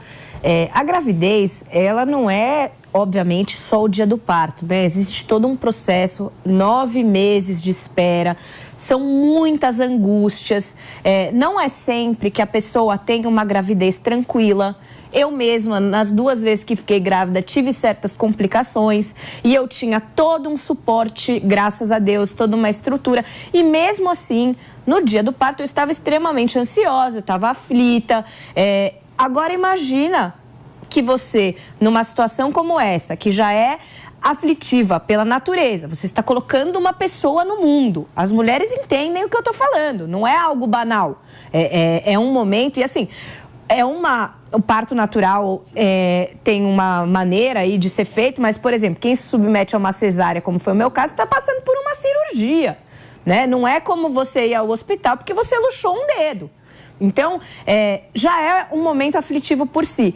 E você não ter respeitado o básico, que é ser colocada numa estrutura adequada, numa maca, para você conseguir ter o seu filho, é de uma violência, é de uma ofensa tão grave e tão profunda, que isso vai acabar com todo momento, toda aquela lembrança que você gostaria de ter do parto, e isso pode gerar uma série de consequências à saúde da mãe e do bebê. Não só pela questão da higiene, que eu acho que é óbvio, a gente não precisa nem se explicar, mas pelo nervosismo da pessoa estar passando por uma situação tão absurda, num momento tão importante. Ela pode subir a pressão. Você entende a quantidade de consequências que podem ter? E tudo isso por quê? Porque alguém menosprezou a mulher que deve ter chegado ali. Tô com contração, espera um pouco aí, pera aí. Então, assim, você não tem que menosprezar a dor do outro. Você tem que atender. Você tem que buscar as informações adequadas para saber qual é o nível de gravidade daquela pessoa que está na sua frente. Você não tem que achar. Você tem que fazer o que tem que ser feito. Esse é o seu papel. Realmente, 11 horas e 5 minutos, já que estamos nesse assunto, olha só, enquanto o Brasil teve uma fase de importar médicos de Cuba, hoje em dia Portugal é que está levando os médicos brasileiros. Os profissionais brasileiros da área da saúde, médicos, enfermeiros e assistentes, já são maioria entre os estrangeiros que atuam no Sistema Nacional de Saúde em Portugal. Segundo o relatório do Observatório das Migrações, os brasileiros representavam em 2022 quase 25% dos trabalhadores imigrantes contratados pelo Sistema de Saúde português. Em 2011, essa participação era de 13,5%. Mais de 200 mil brasileiros residem em terras lusitanas. Por que os brasileiros vão para lá? Qual é o maior chamarisco? Especialista em imigração médica, Marcos Damasceno, está conosco no Morning Show para explicar esta questão dos médicos brasileiros indo trabalhar em Portugal. A grande pergunta é, será que esse tanto de médico que a gente tem no Brasil, que já é pouco, vai ser ainda menor? Os médicos que estão aqui estão indo para Portugal? Doutor, bem-vindo. Nós não estamos ouvindo o doutor Marcos. Será que é aí ou é aqui, hein, doutor Marcos? Vamos tentar de novo. Acho que sim. Melhorou? Agora sim. Pronto. Bom dia, Kobayashi, para você. Bom dia a todos que participam aí do seu programa. Primeiramente, agradecer pela oportunidade, tá bem? Bom, acho que sim. Acho que o Palumbo falou muito bem, né? Acho que o sistema de saúde no Brasil está um colapso e isso tem favorecido para que os médicos imigrassem, e cada dia que passa nós temos recebido mais médicos brasileiros, mais profissionais da saúde, justamente em busca de, não só pelo aspecto financeiro, mas também de qualidade de vida, também de estrutura para poder trabalhar, né? Porque não basta o médico querer trabalhar, mas acho que também falta aqui um pouco de estrutura, o que tem levado eles neste processo imigratório para Portugal, para a Europa e para outros países que oferecem condições melhores. Doutor, a adaptação do médico brasileiro lá em Portugal é uma adaptação fácil?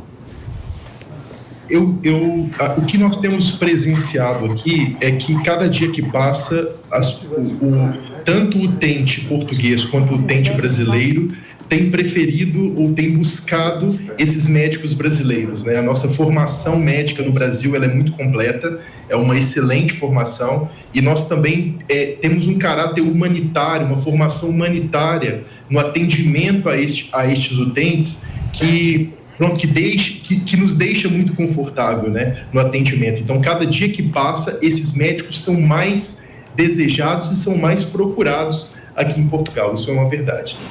Ô, doutor Marcos, a minha pergunta agora é no caminho contrário. A gente está vendo aqui um movimento muito grande de brasileiros indo estudar medicina nos países vizinhos aqui, né? No Paraguai, na Argentina e tal. Como é que funciona para esses brasileiros que estão estudando medicina nos países vizinhos virem atuar como médicos no Brasil? Tem requisito? Tem que fazer uma prova? É a mesma formação? Como é que é hoje?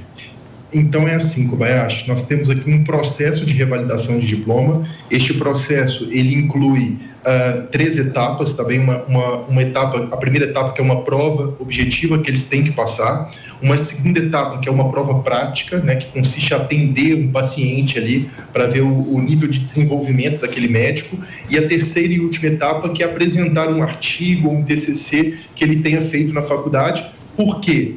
Porque a graduação em medicina no Brasil equivale a um mestrado integrado em medicina aqui em Portugal. Então, ou seja, ele precisa fazer essa defesa para ter essa equivalência de mestrado integrado aqui em Portugal. Então, o processo é basicamente esse, um processo que acontece uma vez ao ano e que o médico consegue concluir ali mais ou menos dentro de um ano todo este processo. A pergunta agora, Dr. Marcos, é do Mano Ferreira.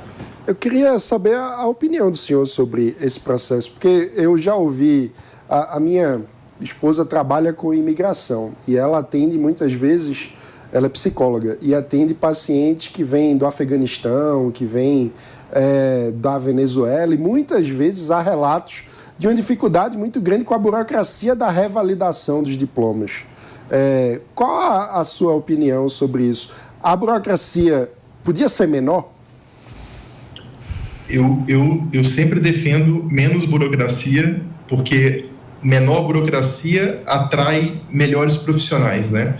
Sim, é verdade que nós temos muita burocracia. Acho até que Portugal, especificamente, é um país que é uma porta de entrada, porque o processo, por mais que pareça complexo, mas ele ainda é muito melhor do que nos outros países, que tem as portas muito mais fechadas. Então, aqui é muito mais tranquilo para se revalidar um diploma, né?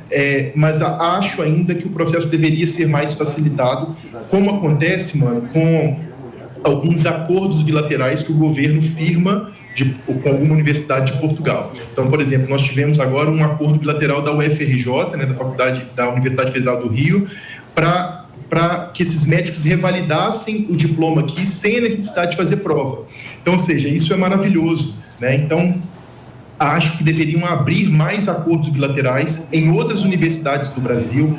Acho que essa transição de médico, tanto saindo daqui indo para aí, saindo daí vindo para cá, eu acho que todo mundo acaba por ganhar nessa multiculturalidade, né? Acho que é um pouco disso. Doutor Marcos, temos mais um minutinho. Hoje, essa prova que os médicos precisam fazer, ela é periódica? Ela é só o médico chegar e já pode se submeter? Ou ele tem que esperar uma data para acontecer? Como é que funciona hoje? Ele tem que esperar. Esse processo acontece uma vez ao ano. Então, para que ele participe do processo no ano seguinte, ele tem que submeter o pedido de revalidação dele até o dia 1º de setembro do ano anterior. Então, ou seja, todo mundo que eu submeter até 1º de setembro deste ano irá participar do processo em 2025. Lembrando que a prova objetiva é em janeiro e a prova prática sempre entre abril e maio. Nessas duas ocasiões, o médico tem que estar aqui para realizar o exame. Aí conversamos com o Marcos Damasceno, especialista em imigração médica, que está falando com a gente dessa onda de médicos brasileiros indo trabalhar em Portugal. Obrigado, viu, doutor Marcos? Um prazer te receber aqui no Morning Show. Obrigado, Kobayashi. Obrigado a todos. Um abraço. Palumbo, como é que você vê esse movimento dos médicos brasileiros indo trabalhar em Portugal com melhores condições? Dinheiro. Então, e aí como é que faz? Porque a gente já está com pouco médico, tem gente que não consegue ter consulta, tem gente que basta você ter dinheiro para você fazer medicina, né? Antigamente, aqui em estado de São Paulo, a referência era a USP e Unicamp. Sim. Hoje tem faculdade de medicina, tudo quanto é canto. E a média é de 7 a 10 mil reais. Quem é que pode pagar isso? Rico. Até que ponto depois ele vai se tornar um bom profissional? Complicado. Eu sou a favor de ter a prova. O doutor falou que não é legal ter a prova, mas eu sou a favor. Como na OAB. Se nós não tivermos prova na OAB, vai ter advogado escrevendo casa com Z. É mesmo? Ainda tem, né? É complicado. Tem que ter a prova. Ainda tem. Tem que ter a prova. Agora, mas eu não quero. Tem que ser provado o tempo todo. A vida é uma provação intensa o tempo todo. Agora, por que não ter a prova da OAB? Por que não ter esse exame? Você tem que ter para saber se o cara é um profissional capacitado. No mínimo, podia ter mais vezes no ano, né? Porque você imagina... Mas a OAB são 4, 5 vezes, não são isso? Mas o revalida uma vez no ano. Então, imagina, se o médico faz a migração... Ele falou que é em maio, né? Se o cara faz em junho, ele tem que esperar um ano inteiro para poder começar a trabalhar. Então, isso podia ser mais simples. Mais dinâmico, né? Mais dinâmico, ter pelo menos uma vez no trimestre, alguma coisa do tipo. Mas eu acho que demorar tanto tempo para revalidar o diploma, muitas vezes acaba até dificultando a inserção dessa pessoa. Mas a questão aí não é nem a revalidação. Claro que a gente está falando de imigração, o médico sai de um país para trabalhar no outro, mas a questão é ter um exame, né, Aninha? Uma prova, você quer ser médico, você tem que saber o mínimo, o básico aqui, para você não atrapalhar a saúde ou a vida de alguém. Não, E aí? Pegando o gancho do que o Palumbo falou, o que a gente vê hoje no Brasil, infelizmente, é a mercantilização da educação no ensino superior. Então, teve um boom de faculdades particulares que, a princípio, seriam uma ótima oportunidade para mais pessoas conseguirem cursar o ensino superior, mas que, infelizmente, acabam tendo níveis de efetivo aprendizado, ensinamento muito baixos. Então, as pessoas concluem o ensino superior, mas elas não saem da faculdade sabendo aquele mínimo que elas deveriam saber. Por conta disso, não existe outra opção a não ser ter exames. Eu não sou muito fã de prova, mas eu acho que não tem outra alternativa. A OAB, por exemplo, ou a prova de medicina, porque você precisa ter um parâmetro mínimo, ainda que, obviamente, não seja uma prova que vai atestar a sua capacidade ou não, mas precisa ter uma régua, alguma coisa que, mínima, na média ali, consiga dizer você está apto a exercer essa profissão ou não. Porque tanto a medicina quanto o direito são atividades que mexem diretamente com a vida do ser humano. Seja a medicina, obviamente, com o corpo, ou o direito, porque acaba tratando de questões que podem levar a pessoa à falência, a N aspectos da vida que são muito essenciais. Então, é preciso que essa pessoa, de alguma forma, tenha a capacidade acadêmica dela, capacidade profissional dela minimamente validada. Sabe o que eu fico pensando? O cara, aqui no Brasil, as melhores faculdades de medicina são as faculdades públicas. O Paulo citou aqui a USP, né? Exatamente. O que tem lá o Hospital das Clínicas como seu centro de formação dos médicos, tem a Unicamp, tantas outras. Aí o cara, ele vem, faz faculdade de medicina numa faculdade de ponta, das melhores do Brasil, do mundo, e aí ele não vai devolver para a sociedade brasileira, o Palumbo. Ele vai entrar numa imigração e ele vai atender o português lá em Portugal, quando aqui no Brasil a gente tem uma mulher dando à luz na recepção do hospital. Mas o problema é o seguinte, né? Muitas pessoas vão nos hospitais e a primeira barreira que tem é a enfermagem. Quem segura um hospital nas costas são os enfermeiros e enfermeiras. O enfermeiro não tem direito a dormir, não tem salinha de descanso, não sei se tem, mas que é o ponto que eu sei, não tem esse direito de descanso. Eles ficam ali. Muitos deles são agredidos. Só que se a prefeitura, se o Estado não contrata médicos e dá um salário digno, qual profissional, por exemplo, vai querer trabalhar na unidade básica de saúde em Perus? Que aqui é o extremo oeste da cidade de São Paulo, um bairro longínquo, um bairro onde tem uma criminalidade acima da média. Quem que vai querer trabalhar lá? Não vai. Então as pessoas culpam os médicos e os enfermeiros. E a culpa não é deles.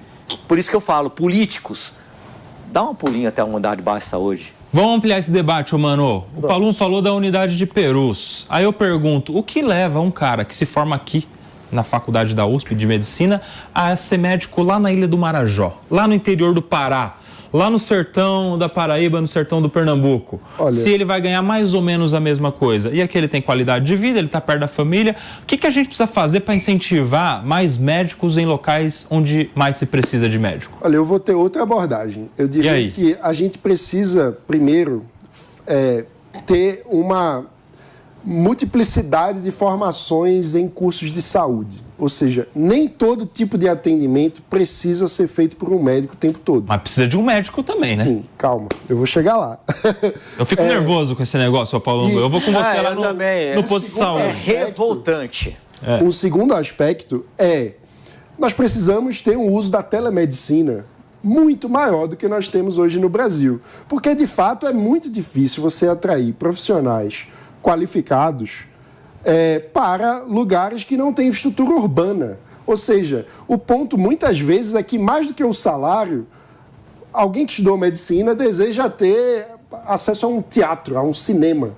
E a gente está falando, portanto, de expectativas de vida muito diferentes, entendeu? Quando você está falando de alguém que poderia ter acesso a bens culturais, enfim, a um nível de qualidade de vida que são próprios de centros urbanos, e você tem demanda pelo trabalho em centros afastados. E aí, muitas vezes, não tem uma questão financeira apenas para resolver. Então, a gente precisa encontrar meios que sejam alternativos. Então, muitas vezes é uma questão de você ter profissionais com níveis de formação diferentes, que no caso de precisar de um especialista, no caso de precisar de um conhecimento específico, esse profissional possa ter uma integração em telemedicina com um profissional que está nos grandes centros. Ou seja, usar a tecnologia a favor da promoção da saúde, tendo profissionais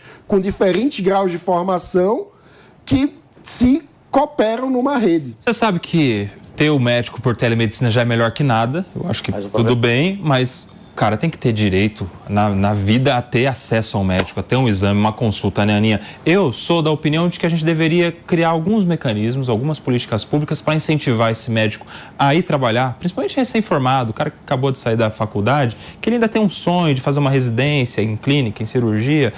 E dá para ele, se ele ficar lá por 2, 3 anos trabalhando na Ilha do Marajó, no interior do Brasil, no interior do Pará, dá para ele uma pontuação para ele entrar numa residência nas universidades públicas. Ou seja, não é só prova para você entrar numa residência. Se você ficou 3 anos lá no interior do Pará, você já vai sair na frente aqui, meu amigo. Você quer ser um especialista, um ortopedista, um cirurgião?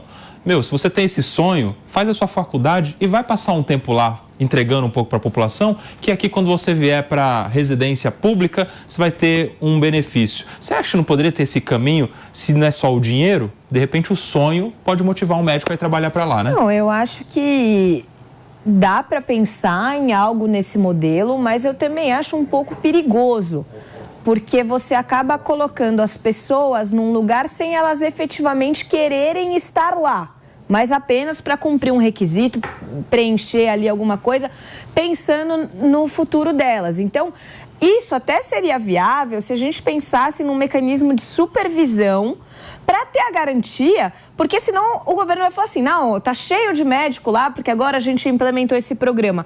Mas, na verdade, eles estão lá sem querer estar lá, não estão atendendo da forma que eles deveriam e estão só esperando dar o prazo para eles poderem sair. Então, não adianta só você colocar isso sem dar a eles condições para que eles exerçam um bom trabalho. E aí eu tô com mano, eles precisam estar num lugar que eles tenham qualidade de vida fora do trabalho, porque senão realmente ninguém vai querer. E não adianta nem... A gente às vezes vê notícia, né? Ah, não sei qual país está oferecendo 100 mil euros por ano para a pessoa dormir não sei aonde. Então a gente precisa pensar em algo global, em algo que seja viável em todos os aspectos. A gente vai continuar discutindo este assunto, só que logo depois de um rápido intervalo comercial, a gente já volta.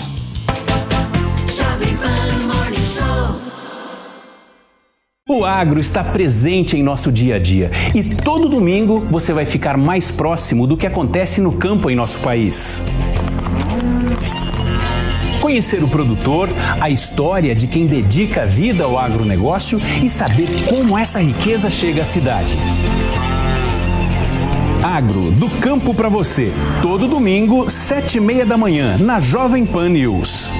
Um oferecimento EAD Senar, o seu portal de aprendizagem. Você continua fazendo planilhas no Excel e apresentando pelo PowerPoint? É hora de impressionar a todos mostrando dashboards interativos e dinâmicos. Com o curso Power BI, você aprenderá a obter insights e tomar decisões baseadas em dados de maneira simples e rápida. Saia na frente e se destaque no mercado dominando a principal ferramenta de relatórios. Acesse agora niucursos.com.br, niucursos.com.br e transforme a sua carreira. Na Real, Jovem Pan contra a fake news. Circula um vídeo nas redes sociais em que o ministro do STF, Flávio Dino, aparece ao lado de um homem em uma celebração. A legenda da publicação afirma que essa pessoa ao lado do ministro é Domingos Brazão, suspeito de ser o mandante do assassinato da vereadora Marielle Franco. Mas atenção, essa publicação é falsa. Fake news. A verdade é que o homem que aparece ao lado do ministro é o governador do Maranhão, Carlos Brandão. As imagens mostram Flávio Dino usando uma camiseta cinza na qual está escrito Lula. e abraça Carlos Brandão, que veste uma camiseta verde escrita 13 e Lula. O vídeo foi gravado em outubro de 2022, durante a apuração dos votos das eleições. Outra publicação afirma que Dona Marinete da Silva, mãe de Marielle Franco, estaria ao lado de Domingos Brazão em uma foto. Mas essa informação também é falsa. Fake news. A imagem é da Agência Brasil, publicada em abril de 2018, durante as investigações sobre o atentado. Quem está ao lado de Marinette é Antônio Francisco da Silva Neto, pai da vereadora Marielle Franco. A checagem dessas duas postagens enganosas é da agência internacional Reuters. Na Real, Jovem Pan contra a fake news. Jovem Pan Morning Show.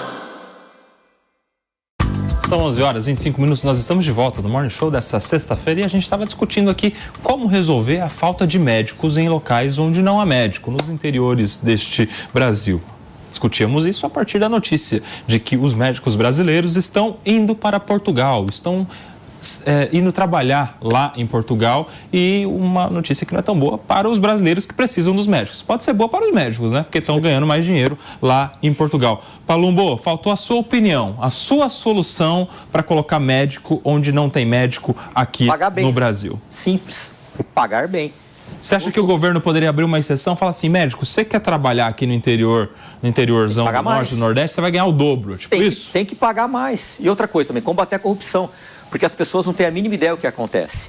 Essas unidades gestoras de plano de saúde pública municipal, estadual, eles fazem um acordo com o governo, seja o prefeito, seja o governador, e ali, muitas das vezes, tem a maldita corrupção.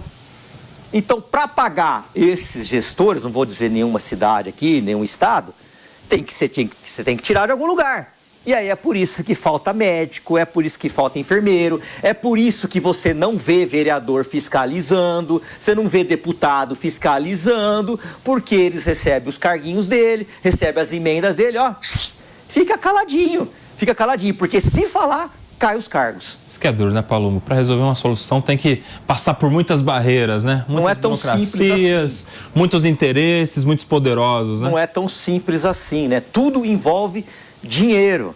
Então as pessoas vão na unidade básica de saúde, a primeira coisa, quem primeiro toma pancada é o enfermeiro. E tá errado.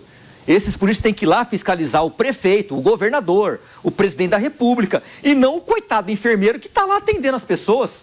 Realmente, até porque na pandemia a gente teve a oportunidade de ver o quão valiosos são os profissionais da área da saúde, né? A turma que deixou ali a família, todo mundo em risco para cuidar do outro. 11 horas e 27 minutos, a gente está de volta para você que estava no intervalo da rádio. E agora a gente vai para os Estados Unidos. Trump não está conseguindo arrecadar tanto dinheiro quanto Biden para a campanha. Quem tem detalhes sobre isso é Fabrício Naitz, que já está conosco no Morning Show dessa sexta-feira. Bem-vindo, Fabrício. Tudo bom, Coba? Boa sexta-feira para você. Sextou finalmente. Boa sexta-feira para todo mundo que está acompanhando a gente. Olha, ontem teve um evento grande lá em Nova York. O Biden reuniu 2 ex-presidentes democratas, Bill Clinton e Barack Obama, para realizar o maior evento de arrecadação para a campanha da história dos Estados Unidos. Aqui a chegada do Biden com Obama lá em Nova York. Segundo o Partido Democrata, 25 milhões com M maiúsculo de dólares foram arrecadados para a campanha de Joe Biden só no evento de ontem. Eita! A gente ainda vai ter o balanço oficial publicado na Comissão Eleitoral dos Estados Unidos, mas é o que diz o Partido Democrata. Aqui as fotos do evento. Para quem nos acompanha por imagens aí, nós estamos vendo agora o Biden, mas antes estava o Barack Obama, o Joe Biden e o Bill Clinton. Bill Clinton, pois é.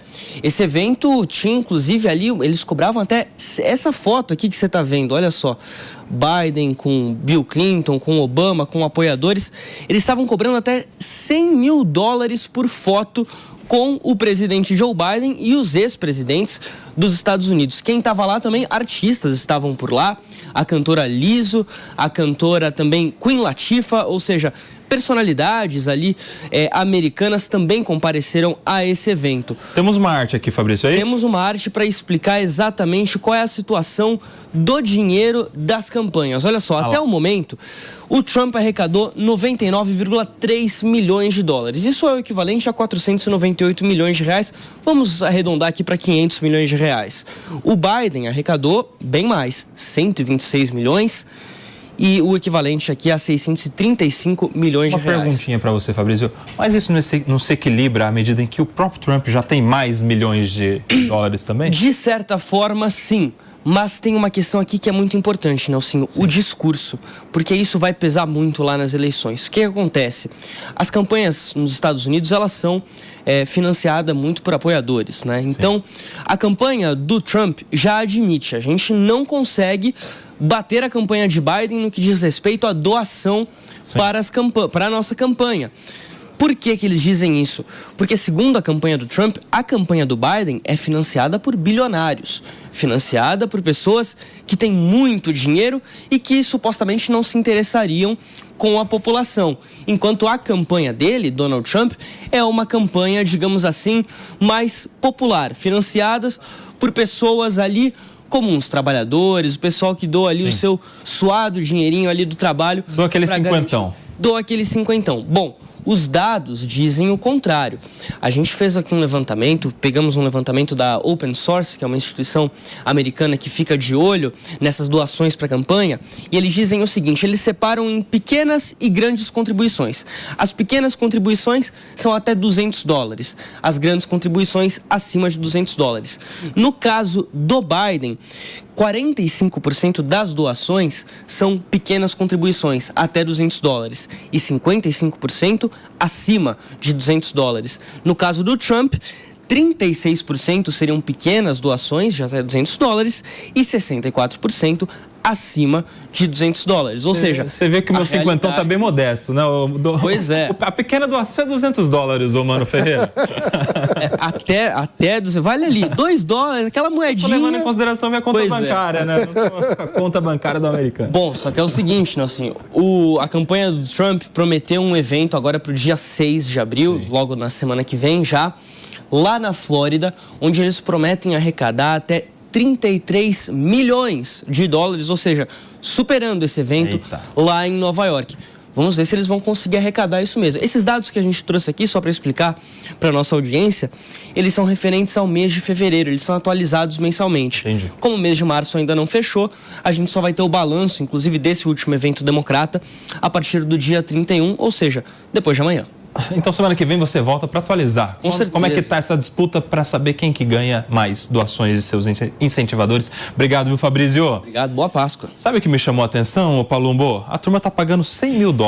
É isso, né, Fabrício? $100 mil para tirar foto com os 3 presidentes lá. Com o Biden, com o Obama e com o Bill Clinton. Eu quero saber, Palumbo... Você pagaria $100 mil para tirar foto com quem? E aí? Eu não pagaria R$1 para tirar foto com ninguém. Eu não tenho ídolos aqui nesse mundo aqui. Ídolos políticos ainda? Não, não tenho. Eu gostava muito do Enéas. Mas mesmo assim, pagar $100 mil por causa de uma foto... Não, mas eu acho que a gente pode fazer o seguinte, a gente pode vender as fotos com o Palumbo. Eu acho que é uma ótima ideia. Quanto será que vale uma foto com o Palumbo? Pra assombrar uma casa de 3 cômodos é R$200. Agenciar o Palumbo pra ele tirar fotos pagas com as pessoas. Eu já quero ser um intermediador, aquele famoso atravessador. Não, mas a ideia é minha, Comissão. E aí, mano? Eu acho muito boa a pergunta, porque eu nem tenho $100 mil. Então, como que eu vou pagar $100 mil? E acho que você também preferia tirar foto com o Palumbo do que com esse. Palumbo e PP. Olha, a pessoa no meio aqui, ó. O PP tem $100 mil. Ele poderia doar. Ele poderia. Na adega ele tem. Mas eu acho na adega. Na adega. Imagina. Mas eu acho muito legal. Só a adega com a coleção de charuto do PP deve dar isso aí. Mas eu acho muito legal, para falar dessa situação nos Estados Unidos, ressaltar a tradição americana das doações e do apoio da sociedade civil às campanhas políticas. não apenas as campanhas políticas, mas toda a cultura da filantropia e da doação nos Estados Unidos é muito presente desde sempre. Sim. É algo que o Tocqueville já chamava atenção lá atrás, no século XIX. E no Brasil, as campanhas são financiadas basicamente por fundo partidário eleitoral, né? Ou seja, é forçado, enquanto nos Estados Unidos parte da campanha e do engajamento já é no convencimento de cada eleitor para se tornar um apoiador de campanha, colocando a mão no bolso e ajudando a campanha a ter dinheiro e estrutura para poder ir para a rua. Então, eu acho essa diferença de cultura já muito interessante. Um outro aspecto que eu acho que chama atenção: por que o Biden tem mais facilidade? Porque, basicamente, o perfil do eleitor do Biden está mais nas classes médias das grandes cidades, né? Enquanto o Trump consegue ter um eleitor que não costuma ter essa mesma cultura tão forte de doação em estados menos urbanos, digamos, do que o eleitor democrata, né? Você sabe que se eu fosse um estrategista político do lado do Biden, eu ia falar, olha, tá vendo? Estamos tão fortes que nós temos mais doações do que o Trump. Se eu fosse um estrategista político do lado do Trump, eu falaria, tá vendo? Nós é que não precisamos de doação porque a gente já está na frente. Quem precisa mesmo são eles. Por isso que eles têm que correr atrás da gente. E aí, Aninha, quem é que se fortifica com esses números no discurso político? Olha, Koba, você passou a visão. Cada um vai Pega defender. A visão, Aninha. Não, o Koba passou a visão. Cada um vai defender a verdade da forma que melhor lhe convém, né? Um vai dizer, olha, a gente está recebendo, tem mais pessoas junto à nossa causa, e o outro vai dizer, não, mas as nossas pessoas são mais engajadas, são mais qualificadas. Então, é uma narrativa. Eu acho que o Mano tocou num ponto muito interessante de como a construção do dinheiro utilizado nas campanhas políticas é diferente do que a gente vê aqui no Brasil, e isso permite uma maior participação da sociedade, das pessoas, durante as eleições, durante todo esse processo eleitoral, não só indo lá votar. Lembrando que, inclusive, nos Estados Unidos o voto nem é obrigatório, ele é facultativo. Então, é uma outra natureza, uma outra perspectiva de eleição, de democracia. É interessante fazer essa análise, mas eu acho que, sinceramente, cada um vai usar esses números da forma que entender mais conveniente, e isso muda pouco aí no debate. Ô, Palumbo, você acha que a turma está doando bastante para a campanha do Biden porque está preocupada? Não. Porque nos números aí, nas pesquisas, o Trump está bem em relação ao Biden. O Trump estaria ganhando. E aí? Eles estão preocupados com o que pode acontecer com eles no futuro. Não tem almoço grátis. As pessoas que fazem essas doações milionárias aí, eles estão esperando receber alguma coisa em troca. Você acha que é um investimento? É um investimento. Por isso que tem muita gente que acaba bancando político para depois ter eles nas mãos, e aí acaba direcionando ele para uma determinada atitude, um determinado voto, um determinado posicionamento, né? E campanha não se faz sem dinheiro. Ainda mais para um cargo como presidente dos Estados Unidos. Não se faz sem dinheiro, precisa de dinheiro de tudo quanto é canto, senão você não consegue fazer uma campanha. Não é uma campanha para o legislativo, onde a pessoa tem um celular, ela consegue desenvolver aí um trabalho. Agora, campanha do executivo, dinheiro, money. Só para rodar 50 estados nos Estados Unidos, mano? Imagina. Mas um ponto interessante. Imagina só, eu fico pensando, para e fala o nome de 50 estados americanos aqui. Pergunta pro Biden, pergunta pro Trump. Talvez eles saibam, né? Mas não é qualquer um, né? É muito grande, cara. Não é? É muito grande mesmo. Mas um ponto que eu ia trazer é quando você tem milhares de pessoas doando, essa influência do doador diminui um pouco, né? Porque você dilui esse poder de influência. Agora, um ponto que eu acho muito engraçado é a retórica do Trump, que por muito tempo se colocou como eu sou rico, logo bem-sucedido, logo você devia votar em mim. Agora ele está dizendo, não, os ricos estão apoiando o Biden, eu sou o candidato dos pobres. É uma retórica populista. É bem curioso. 11 horas agora e 38 minutos, a gente vai para um rápido intervalo para você que está na rádio. Por aqui, gente, vamos entender essa história de ovo, de chocolate, de coelho. A Soraya Lawande foi investigar essa história e saber nas ruas como as pessoas comemoram a Páscoa.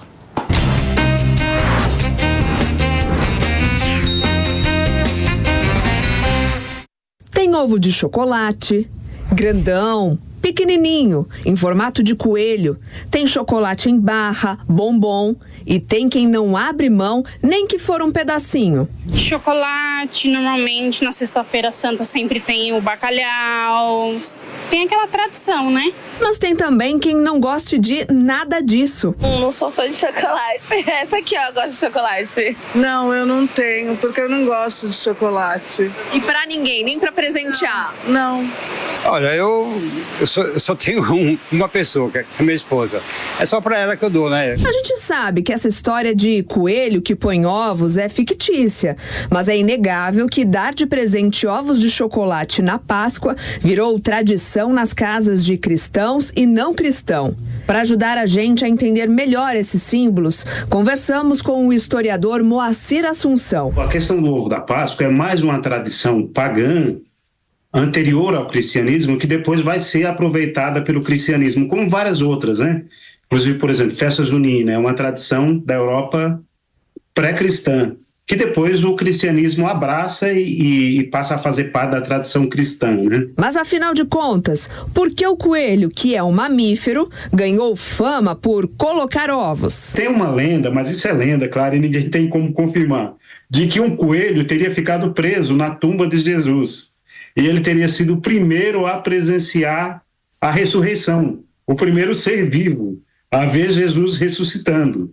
Então o coelho acaba sendo associado a essa história. Claro, o coelho não tem nada a ver com o ovo é da galinha, mas ele acaba sendo associado. Então, com o passar do tempo, vai virando uma tradição de pintar. Isso, mas quer dizer, já acontecia entre os persas, por vários motivos. Ovos de chocolate vieram bem mais tarde, segundo Moacir, lá pelo século XIX. Tá aí, é muita coisa misturada, né? Tem a Páscoa, que é a história religiosa, que tem a ver com a morte de Cristo, mas já colocaram o coelho no meio, botando ovo e ovo de chocolate, ô mano. Tá aí algo que eu nunca consegui entender, né? O que é que o coelho tem a ver com a Páscoa? E o que é que o ovo tem a ver com o coelho? E o que o chocolate tem a ver com o ovo, né? Mas de tudo isso, é inegável que é muito gostoso chegar na Páscoa e você ganhar um belo ovo de chocolate, você comer, é muito bom. E a gente precisa lembrar que o ovo de chocolate é mais caro que a barra de chocolate, ainda que pese menos. Tem esse detalhe também, é pelo sentimento, é pelo símbolo, né, Aninha? Não, eu estaria bem satisfeita com a barra também, confesso. Porque eu sou uma chocolatra assumida. E quando meu filho nasceu, a gente teve um problema e eu fiquei 1 ano sem comer chocolate. Fiz uma promessa. Então agora, na Páscoa, eu tô realizada, que agora, faz 2 meses que eu pude voltar. Eu tava esperando esse momento. Você tá tirando o atraso do chocolate. Tirando o atraso. Você é consumidor dos ovos de chocolate, ô Palumbo? Eu adoro doce, né? Mas como eu tô na quaresma, tô há 38 dias sem comer carne vermelha e doce. E doce também? Domingo tem. 38 dias. Domingo tem. Domingo eu vou ter que comer pelos 40 dias. Né? Aí Deus não aceita, não. Brincadeira. Eu vou tentar manter e tirar o doce. Aí Deus não aceita, não. Depois você fica guloso, isso é pecado. Não, e você sabe uma coisa que a gente pode falar sobre isso.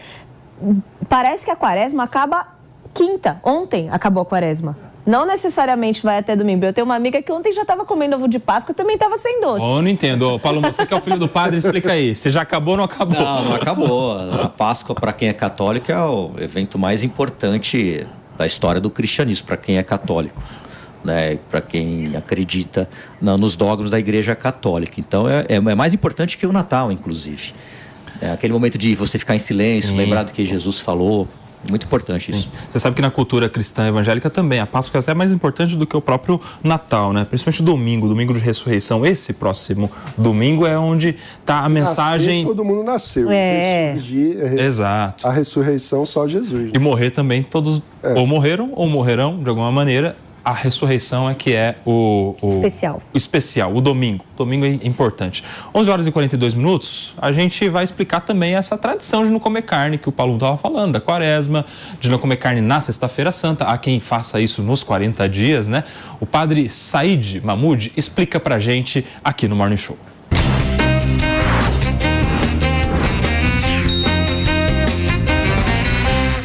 A Sexta-feira Santa É esse momento em que o Senhor se entrega por amor a cada um de nós. É um dia de muita penitência. Por mais que seja feriado, nós não podemos, principalmente nós cristãos, não podemos entender essa celebração como um momento de descanso. É um momento de retiro. É um momento para que a gente olhe para dentro de nós, para que a gente se una a Jesus Cristo no grande sacrifício feito por cada um de nós. De modo especial, a Sexta-feira Santa, ela tem esse caráter de abstinência, de penitência. É um momento da gente, sim, se recolher um pouco mais. E a grande proposta da igreja para que a gente se abstenha de carne é para que a gente também, nessa atitude de mortificação e de renúncia, de abstinência, um jejum, a gente consiga se aproximar mais de Deus. E o que muitas vezes nos impede de aproximar de Deus? As nossas vontades, os nossos instintos, os desejos mal orientados. Tá aí o Padre Said do Santuário São Judas Tadeu está explicando essa questão aí que vocês conversavam de não comer carne, de se penitenciar, para se aproximar mais de Deus, Aninha. E eu acho que se você é cristão, você acredita nisso, tem que respeitar. É um sacrifício mínimo perto do que Jesus fez por nós. Então, se você realmente é fiel e tem a fé e acredita, e eu não estou dizendo que é o certo ou errado, mas acho que tem que fazer esse pequeno sacrifício anual por conta de tudo que alguém se sacrificou para a gente estar aqui hoje. Palombo. Concordo plenamente com a Aninha, ela está coberta de razão, né? Jesus, ele deu a vida para nos salvar, para nos redimir dos nossos pecados. O Filho de Deus se fez presente, se fez homem para nos salvar. Ele fez isso e tendo um dos maiores princípios a humildade. Tanto é que ele entrou num jumentinho, né? O Filho de Deus entrou montado num jumento para depois sofrer tudo o que ele sofreu para nos salvar. Eu sou suspeito para falar porque eu sou apaixonado por Cristo. Meu ídolo é Jesus Cristo. Você tiraria foto com ele, né? Nossa Senhora! eu rezo tanto para ele falar comigo. Ele fala, mas é que eu sou meio cabeçudo mesmo. Né? Uma selfie JC. Tem uns memes, né? Tem inclusive o @Jesus no Instagram. Aliás, ganhou o selo, né? Quando começaram a vender os selos, né? Ganhou o selo de verificado? Ele comprou o selo, cara, que fez a página, né? Ô, Manu, mas você sabe, por além de todas essas questões religiosas, não deixa de ser um momento também para reflexão de qualquer pessoa, né? Humildade, exato, de pensar no próximo, de fazer o bem, de se abster de rancor, de mágoa, de sentimentos ruins. É uma oportunidade para todo mundo, de uma maneira, refletir, né? E eu acho que o padre trouxe um aspecto que é muito interessante filosoficamente, né? Que é, você vai abrir mão de algo para controlar o seu desejo. Ou seja, quando você controla o seu desejo, você é mais livre, né? Sim. Ou seja, a liberdade não é você fazer tudo que der na telha, né? É quando você consegue filtrar dentro dos seus instintos, dos seus desejos, aquilo que faz sentido, aquilo que lhe eleva como ser humano, daquilo que muitas vezes são impulsos naturais, né? A coisa de ser guiado pelos desejos de forma impulsiva não é exatamente humana, é quase animalesca, né? É natural. Ou seja, os animais é que são guiados pelos impulsos, pelos instintos, pelo desejo dessa forma, sem um filtro, né? Quando a gente consegue criar uma barreira e um filtro para escolher o que é que de fato faz sentido naquele desejo, como que você direciona a sua ação, unindo aí aquela que é digamos, uma pulsão que vem de dentro, aquele seu desejo, com a razão, com aquilo que faz sentido, isso aqui me eleva como ser humano, isso aqui me leva para um caminho de virtude, você aí sim se torna mais livre, mais dono da sua própria vida e do seu destino, né? E aí, enfim, eu acho isso filosoficamente muito interessante. Então, essa tradição nos ajuda a lembrar que, bem, nós podemos fazer concessões e frear os nossos instintos e, com isso, refletir sobre o que de fato nós desejamos fazer da nossa vida. Então, eu acho muito rico filosoficamente essa tradição como algo que nos impulsiona a sermos pessoas melhores. Tudo que nos impulsiona a ser pessoas melhores é bem-vindo, né, Aninha? Não deixa de ser uma motivação. Por exemplo, o Palumbo, ele bem ilustrou, porque ele falou, olha, minha quaresma é de doce, mas eu quero manter sem o doce. Então, às vezes você tem esse impulso por essa causa mais nobre para dar início a limitação de alguma coisa que você faz de forma que não é tão saudável. Então, por exemplo, como doce todo dia, toda hora, vou fazer a quaresma porque eu preciso limitar. E você percebe que você não precisa daquilo, você se readapta e acaba sendo uma coisa boa. Isso aí, 11 horas e 48 minutos agora. A Secretaria Municipal de Saúde do Rio de Janeiro anunciou na manhã de hoje o fim da epidemia de dengue na capital fluminense. Pelo menos uma notícia boa. Contra a dengue. Dengue grave é quando você tem um acometimento maior, a pessoa não está devidamente hidratada e aí ela tem dor abdominal intensa, vômitos e pode ter hemorragia, por exemplo, hemorragia gengival. Então, a todo e qualquer sintoma de dengue, procure imediatamente uma unidade de atendimento. Jovem Pan contra a dengue. 11 horas e 49 minutos agora, pelo menos uma notícia boa, né? Fim de epidemia de dengue lá no estado fluminense, no estado do Rio de Janeiro, Mano Ferreira. Ainda bem, porque já são muitos casos, né? A gente está passando por um momento muito complicado e sempre vale relembrar que combater a dengue é uma missão de todos nós como sociedade, né? Então, sempre vale lembrar que periodicamente precisamos inspecionar a nossa casa, os terrenos, inclusive o teto, né, a cobertura da casa, para saber se tem focos de proliferação do mosquito ou não e, enfim, tomar todas as medidas necessárias para evitar a disseminação dessa doença. Palumbo, você sabe que é um problema já conhecido do brasileiro, o problema da dengue. Todos os anos a gente vive de alguma maneira um problema em relação a isso no período de verão, só que esse ano a gente atingiu números altíssimos. Nós tivemos epidemia tanto lá no estado do Rio de Janeiro, epidemia decretada aqui também na cidade de São Paulo, né, que é quando o número passa de determinados casos para cada não sei quantos habitantes, eu não lembro agora exatamente, mas foi dessa vez preocupante, né? Muito preocupante. Eu tenho muito mais receio da dengue do que da Covid. Eu sou premiado, já peguei dengue 2 vezes. E derruba mesmo, viu? É complicadíssimo os sintomas que um mosquitinho mínimo faz numa pessoa, né? E aí a gente volta a falar também da ganância do ser humano, né? Eu não me conformo de ter que pagar R$ 172 num repelente no aeroporto internacional de Brasília. Eu comprei para os meus pais, não comprei nem para mim, porque eu tenho medo dos meus pais pegarem isso daí, né? É muito complicado o que a ganância de alguns comerciantes fazem com a população. Eu, graças a Deus, tenho condição de comprar. Mas e aquela pessoa simples e humilde que também tem um pai de idade que não consegue... Ninguém vai pagar R$ 172 por um tubinho. Eu até tirei foto por um tubinho de repelente que é específico para dengue.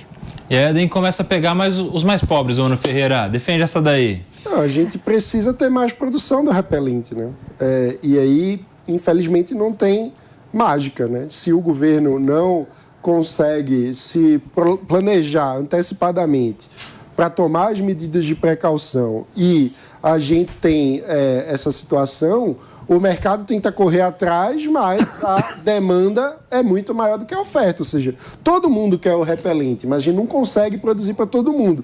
O efeito disso é o preço subir. Quando o preço sobe, é uma mensagem que o mercado envia: produtores, produzam mais, isso aqui é lucrativo. Mas o mercado precisa de tempo para conseguir produzir no ritmo necessário para dar conta da demanda. Então, nesse período, infelizmente, o preço fica alto. É que acho que, falando na questão da proteção individual, a Covid, por exemplo, como a transmissão dela era feita aí pelo contato, pela proximidade entre as pessoas, talvez fosse mais fácil de você conseguir prevenir do que a dengue, por exemplo, porque você não tem qualquer controle sobre a ação de um mosquito, a não ser que você feche todas as portas da sua casa, não abra nenhuma porta, tem que fazer sua parte também, né? Não dá para jogar só a culpa dos governantes. Mas o que eu estou dizendo no caso da dengue, a forma de transmissão dificulta a prevenção a um custo baixo, como era no caso da Covid, que você poderia simplesmente manter uma distância saudável entre as pessoas e tudo mais.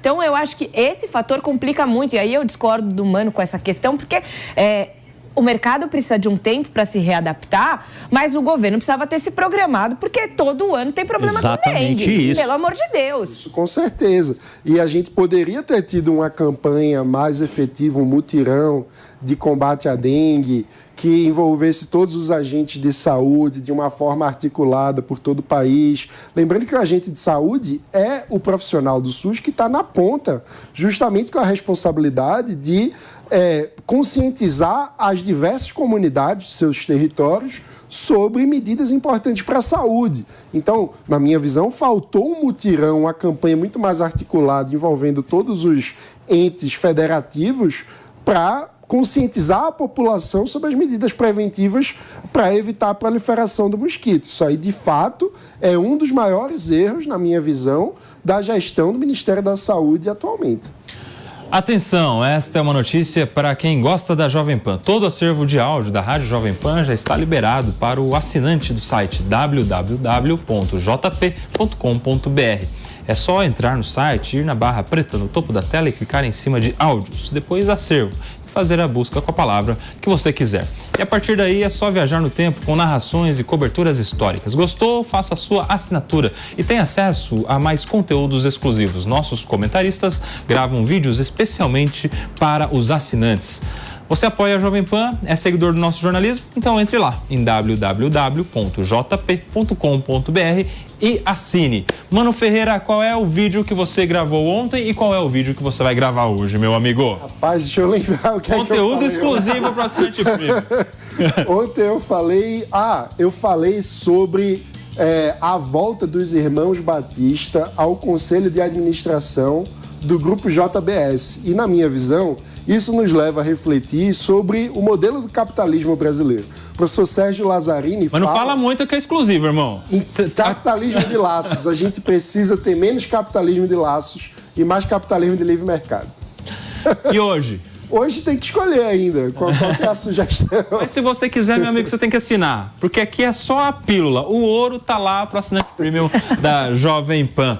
E temos uma notícia boa. Anderson Leonardo, vocalista do grupo Molejo, foi retirado do oxigênio e recebeu liberação médica para se alimentar. Em tratamento contra um câncer raro na região inguinal, o cantor de 51 anos está internado desde o último domingo em um hospital no Rio de Janeiro. Para quem nos acompanha por imagens, está aí o cantor Anderson Leonardo, aquele do Molejo. Vai varrendo, ô Aninha Beatriz. Não, eu admito que eu não sabia o que significava a palavra inguinal. Aí eu fui pesquisar e vi que era na virilha. Então, assim, é um câncer que parece ser de uma gravidade aí moderada a alta. Ele tem ido e vindo do hospital já faz algum tempo. O estado de saúde dele tem preocupado aí aos fãs. E só posso desejar a ele toda a recuperação, que ele consiga se curar dessa doença horrorosa que eu já tive na minha família 2 vezes e que ele seja muito feliz aí com a família dele pelos próximos muitos anos. Toda a torcida aí pro Anderson do Molejo, é que todos nós aqui do Morning Show desejamos, né? Saúde, recuperação, para continuar cantando e alegrando os seus fãs, os fãs do grupo Molejo. Para continuar varrendo. Para continuar varrendo, né? São 11h56, continuamos na rádio ou não, Fernandinha?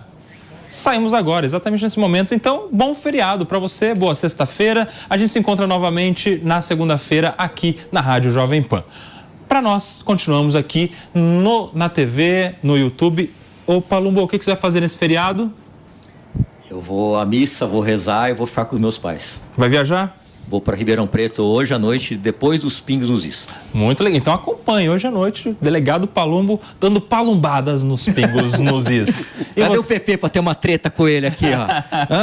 O PP fala o PP fala que ele dá pepezada, né? Ele dá piti. A pepezada que ele deu é essa de hoje aí. Ele dá piti e chilique, né? Pepezada médica. Ele dá piti e chilique. Pepezada médica. Ele deve estar acordando agora, né? Bom dia, Pepe. Bom dia para você que está acordando, Felipe Monteiro. E você, Aninha, o que você faz no feriado? Também vou ficar com a minha família. Ontem foi aniversário de 5 anos da minha filha. Filha, parabéns, se você estiver vendo. Como é o nome dela? Maria Tereza, TT. Maria Tereza, parabéns. Parabéns. Legal. Ela ficou muito chateada porque a festa não poderia ser ontem. Eu expliquei pra ela que era um feriado, que os amigos não iam estar aqui. Ela não entendeu, ela ficou muito brava. Enfim, vai Quantos ter anos? festa. 5 anos. 5 anos. Vai ter festa outro dia. E eu vou, então, passar aqui com a família do meu marido. A minha família tá viajando. E falei, vou chamar um bando pra comer uma pizza, porque ele tá abandonado aqui em São Paulo. E aí, Mano Ferreira? Feriado longe da família, meu amigo? Pois é, essa é a parte triste de morar longe de casa, né? Quantos anos em São Paulo já, mano? Eu tô desde 2017 aqui. Eu vou ver com algum vereador para te dar um título de cidadão paulistano e nós vamos fazer a festa do Morning Show no Teatro Municipal, do Mano Ferreira. Mas depois você vai ter que votar nele. Sem processo. Só que tem que alugar o espaço. 100 mil, Mano Ferreira. E aí? Pelo menos R$10. Vamos ver se o PP paga. Troco pro PP. Um charuto. Mas eu vou estar no Linha de Frente daqui a pouco, participando. Opa, então ó, tem delegado Paulo nos Pingos nos Is, tem Mano Ferreira no Linha de Frente às 14 horas. Hoje com uma mesa bem legal. Quem que tá com você hoje? Vai estar Magno Cal, que também é do Livres, Sim. eu tenho que ver aqui. Só lembrou do Magno, né? Deixa eu ver aqui. Tem o... Como é o nome? Apresentação hoje do Vitor Brau no Linha de Frente, hein, às 14 horas. Mano Ferreira, você esqueceu, meu amigo? Quem quiser saber, tem que acompanhar o Linha de Frente às 14 horas. E eu me encontro com vocês amanhã, às 17h30, no Linha de Frente desse fim de semana, sobre empreendedorismo. A gente falou de gestão, marketing, network, tudo que um empreendedor precisa saber. E no domingão, 3 horas da tarde, no Tá na Roda. Vamos estar com João Belucci e Guilherme Mendes. E o Magno Cal, sobre a apresentação do Vitor Brau. Meus amigos, tchau pra vocês, até segunda. Feliz Páscoa. Tchau. Jovem Pan Morning Show. Oferecimento Lojas 100. Aproveite as ofertas do Super Mês do Consumidor nas Lojas 100. A opinião dos nossos comentaristas não reflete necessariamente a opinião do Grupo Jovem Pan de Comunicação. Realização Jovem Pan News.